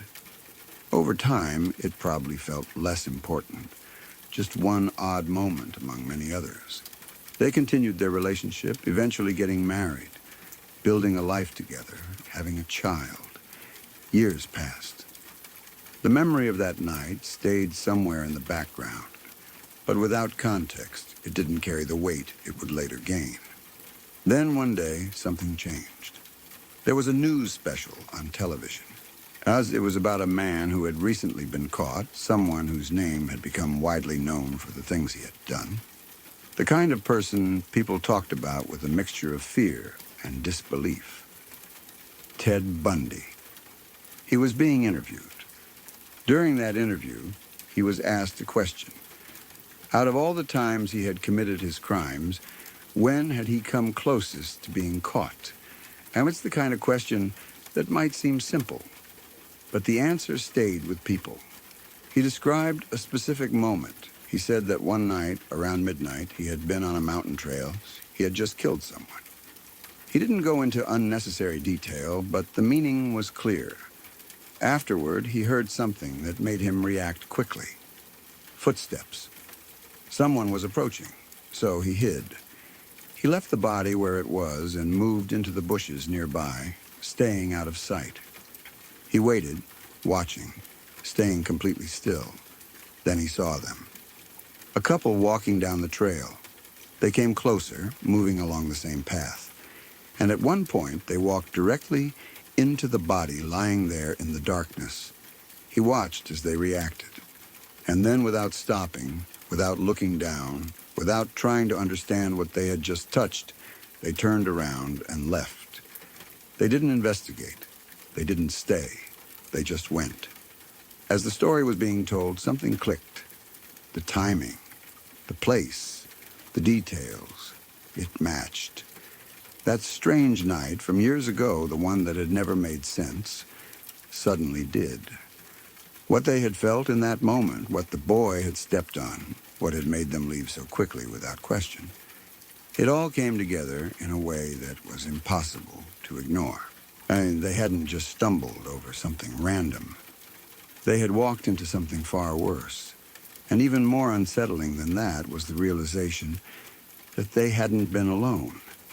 He had been there, watching them, close enough to see everything, close enough that things could have gone very differently if even one small decision had changed.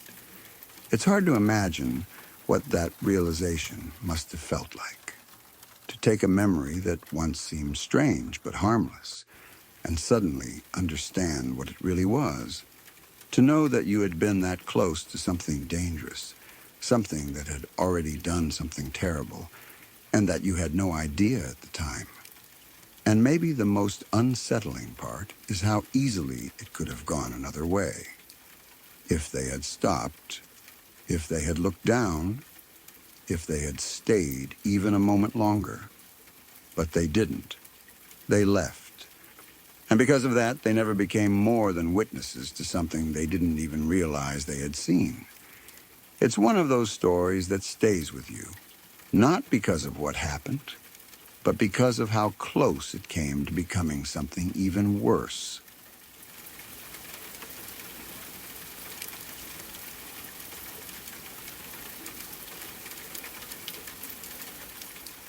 She never liked talking about it. Even when she did, it never came out like a simple bad memory or something that had faded with time.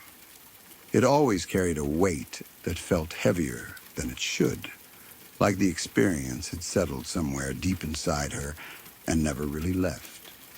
It wasn't something she brought up on her own. It only came out in quiet conversations, usually when someone mentioned hospital, surgeries, or childbirth. And even then, there was always a pause first. A moment where she seemed to decide whether she could handle saying it again. I didn't hear it from her directly at first. My sister's friend told me about it. Even she spoke carefully, like she understood how serious it was, but still couldn't fully imagine what it must have felt like to go through it. She said her mom didn't like people asking about it. Not because she was hiding anything, but because remembering it brought everything back too clearly. It wasn't something that stayed in the past. It came back in a way that felt present. It had happened during what was supposed to be a normal, controlled procedure, a C-section, the kind of surgery that happens every day in hospitals all over the world, planned, managed, and performed by people who have done it so many times that it becomes routine. That's what made it harder to process. There was nothing unusual about the situation going in. There was no reason to expect anything to go wrong. From the outside, everything had started the way it always does. She had been prepared for the procedure, monitored carefully, surrounded by doctors and nurses who were calm and focused. Everyone in the room was moving through their roles without hesitation. It probably felt like just another case to them, another patient, another delivery. But for her, something changed. She explained it as a slow return to awareness, but not in the way people usually describe waking up. It wasn't gentle. It wasn't confusing in a normal way. It was more like her mind came back before anything else did. Before her body, before her ability to move, before she could even fully understand what was happening. At first, there were just sounds, distant at the beginning like they were coming from far away, then slowly becoming clearer. Voices, the soft clinking of instruments, movement around her. It took a few moments for her mind to connect those sounds to reality, to recognize where she was and what was happening around her. And then the realization came all at once. She was awake, but she couldn't move. That was the part that stayed with her the most. Not even the pain that followed, but the complete loss of control. Her body didn't respond to anything she tried to do. She couldn't open her eyes properly. She couldn't move her hands, her arms, or even turn her head. It was like being trapped inside herself, fully aware but completely unable to act. She said her first instinct was immediate, pure panic. She tried to move anything she could, her fingers, her arms, even just a small twitch, something that could show the people around her that something was wrong, but nothing happened. It was like her body had been separated from her mind. And then she started to feel something. At first, she described it as pressure, a deep, heavy feeling that didn't make sense. For a brief moment, she tried to convince herself that maybe it was normal. Maybe this was just part of the procedure, and she hadn't understood what it would feel like. But that thought didn't last long, because the pressure didn't stay that way. It changed. It turned into pain. Not all at once, but gradually building, spreading in a way that made it impossible to ignore. It wasn't something distant or dull. It was real, clear, and unmistakable. And in that moment, she understood something was very wrong. This wasn't something she was supposed to feel. Not during a surgery where she was meant to be fully under anesthesia. That realization made everything worse. She tried to scream.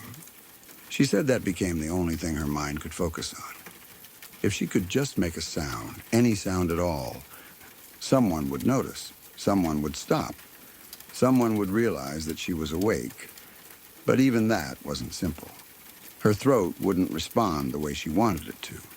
Her chest felt tight, like something was pressing down on it. Even breathing felt difficult, like it required effort instead of happening naturally. Every attempt to make a sound felt blocked, like there was something invisible holding everything back. She kept trying anyway, over and over. Time didn't feel normal anymore. It stretched in a way that made it impossible to judge how long it had been. It could have been seconds. It could have been minutes. To her, it felt endless. Everything came down to one goal. Make a sound, not a word, not even a scream. Just something. Anything that could reach someone outside of her own body. And eventually, something did. She said it was barely anything. A weak, strained noise that didn't even feel like it fully came from her. But it was enough. Someone heard it. That was the moment everything shifted. She could sense it immediately, even without being able to see clearly. The energy in the room changed. Voices became sharper, quicker. Movements lost their calm rhythm and turned urgent. It was the kind of change that happens when something unexpected breaks through a routine. And then, just as suddenly, everything faded again. They put her back under. When she woke up later, it was over. The surgery had been completed. Her baby was safe. From the outside, everything had gone as planned. There were no visible signs that anything had gone wrong. But for her, it didn't feel finished. She remembered enough. More than enough. At first, she didn't know how to explain it. When she tried, it came out in fragments. Pieces of confusion mixed with fear. It was hard to describe something that didn't seem like it should even be possible. Some people didn't fully understand what she was trying to say. Others thought maybe it hadn't been as bad as she felt it was. But she knew what she had experienced. She knew she had been awake. She knew she had felt it. She knew she had tried to scream and couldn't. That kind of memory doesn't just fade. Time passed, but it didn't take the experience away. It stayed with her in a quiet but constant way. My sister's friend said that whenever her mom talked about it, she would start to cry. Not in a dramatic or exaggerated way. It just happened naturally, like her body reacted before she could stop it. It wasn't only about the pain. It was everything around it. The helplessness, the confusion, the fear of being aware but unable to communicate. The feeling of being completely alone, even while surrounded by people who were supposed to be in control. That's the part that's hardest to understand. Being in a room full of trained professionals, people who know exactly what they're doing, and still feeling completely trapped, fully conscious, fully aware, but unable to do anything except experience it. Whenever the story's told, it leaves a silence afterward. Not the kind where people don't know what to say, but the kind where no one needs to say anything, because everyone is thinking the same thing. It's not just about what happened. It's about how quickly something normal can turn into something terrifying. How something routine, something controlled and predictable, can shift without warning into something that feels completely out of control. One moment, everything is fine. The next, it isn't. And for her, that moment never really ended. It didn't stay in the past where it belonged. It stayed with her, quiet but constant, like something waiting just beneath the surface. Even years later, it could come back without warning. A memory, a feeling, a moment where everything felt just a little too real again. She moved on with her life the way people do. She raised her child. She continued with her routines. From the outside, everything looked normal. But there was always that part of her that carried the memory. Hospitals made her uncomfortable after that. Even routine visits felt different. The smell, the sounds, the environment itself could bring back pieces of what she had felt. Not all at once, but enough to make her uneasy in a way she couldn't easily explain to others. Sometimes it would show in small ways. A hesitation before entering a hospital room.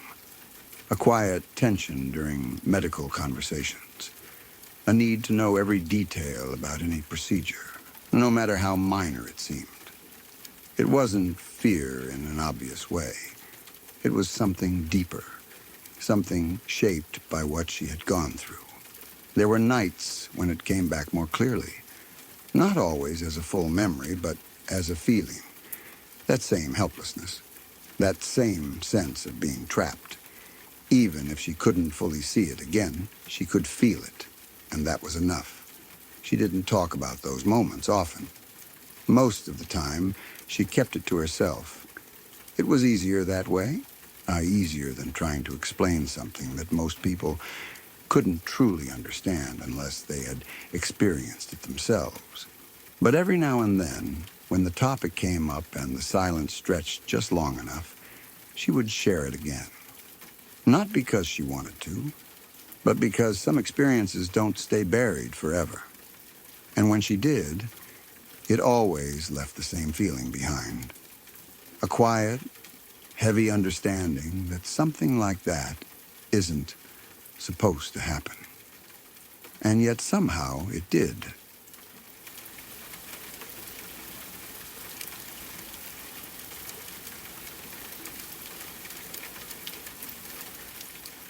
It sounded like one of those small, forgettable nights at first.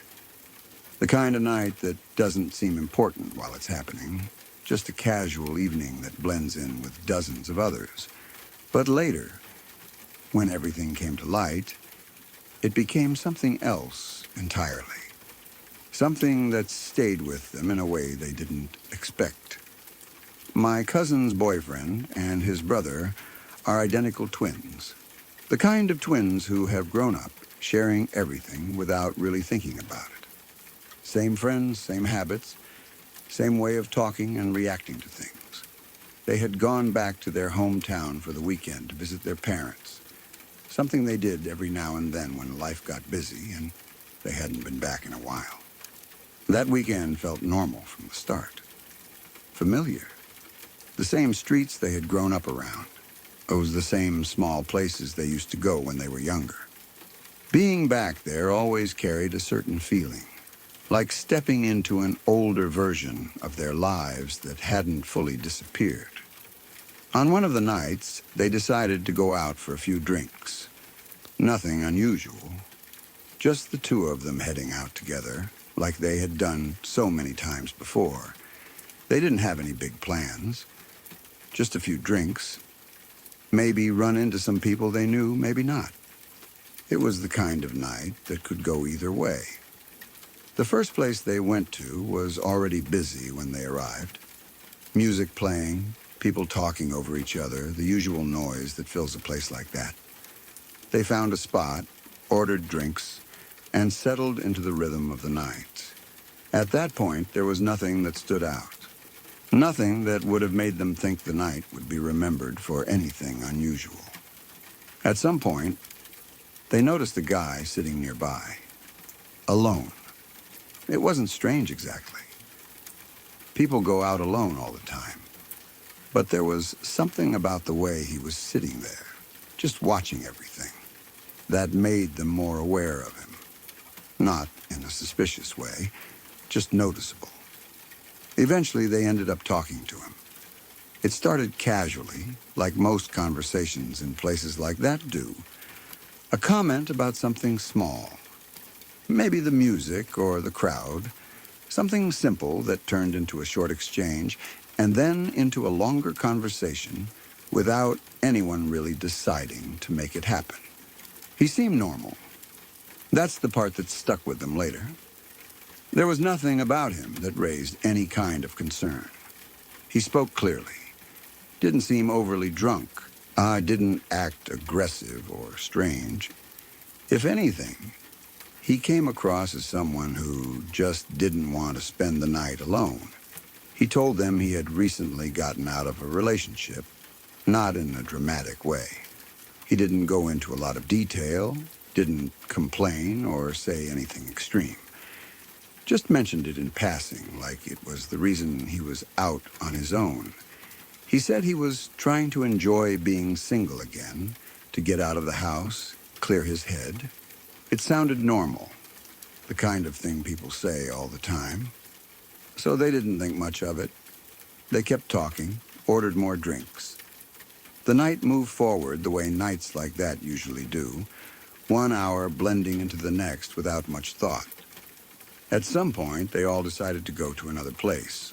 Again, nothing unusual. They walked together, talking as they went.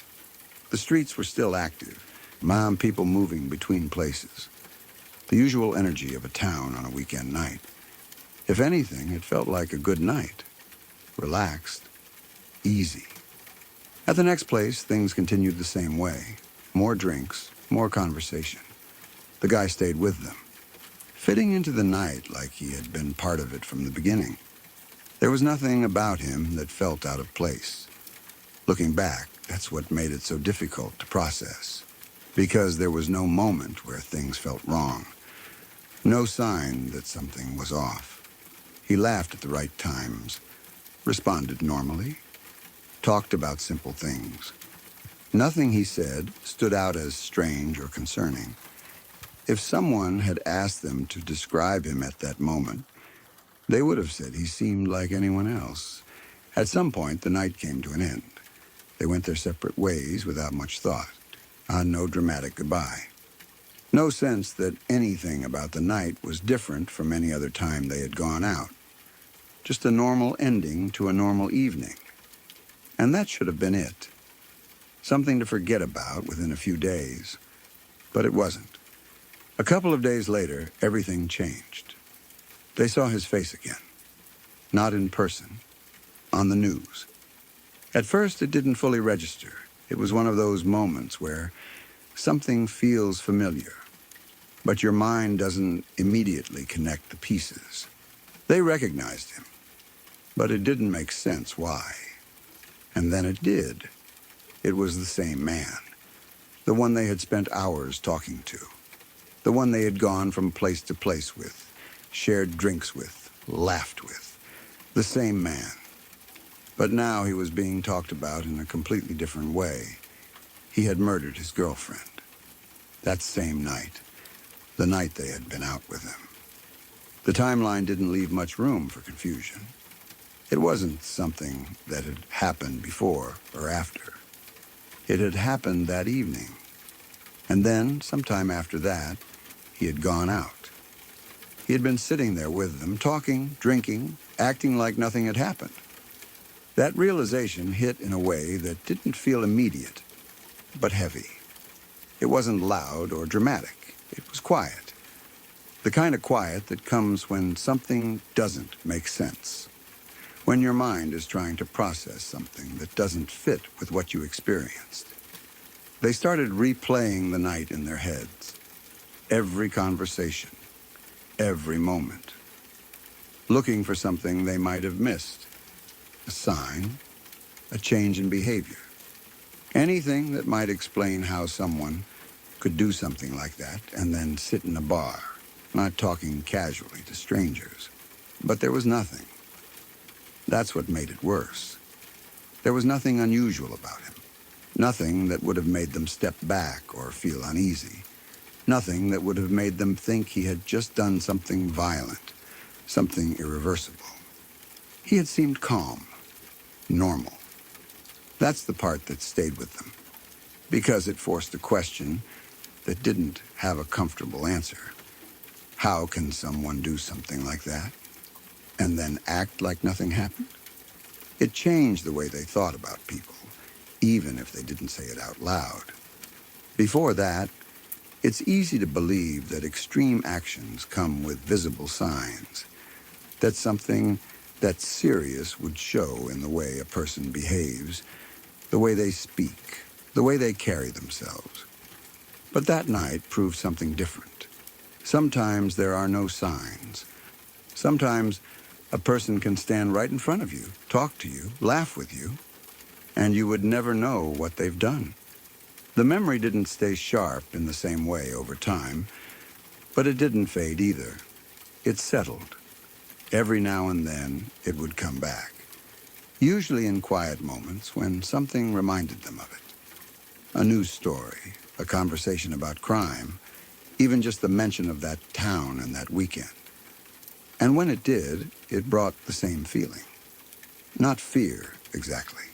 Something else. A kind of unease that doesn't fully go away. Because it's not just about what happened. It's about how close they were to it without realizing. How easily something like that can exist right next to something normal. One moment, it was just a night out. The next, it became something they would never completely forget.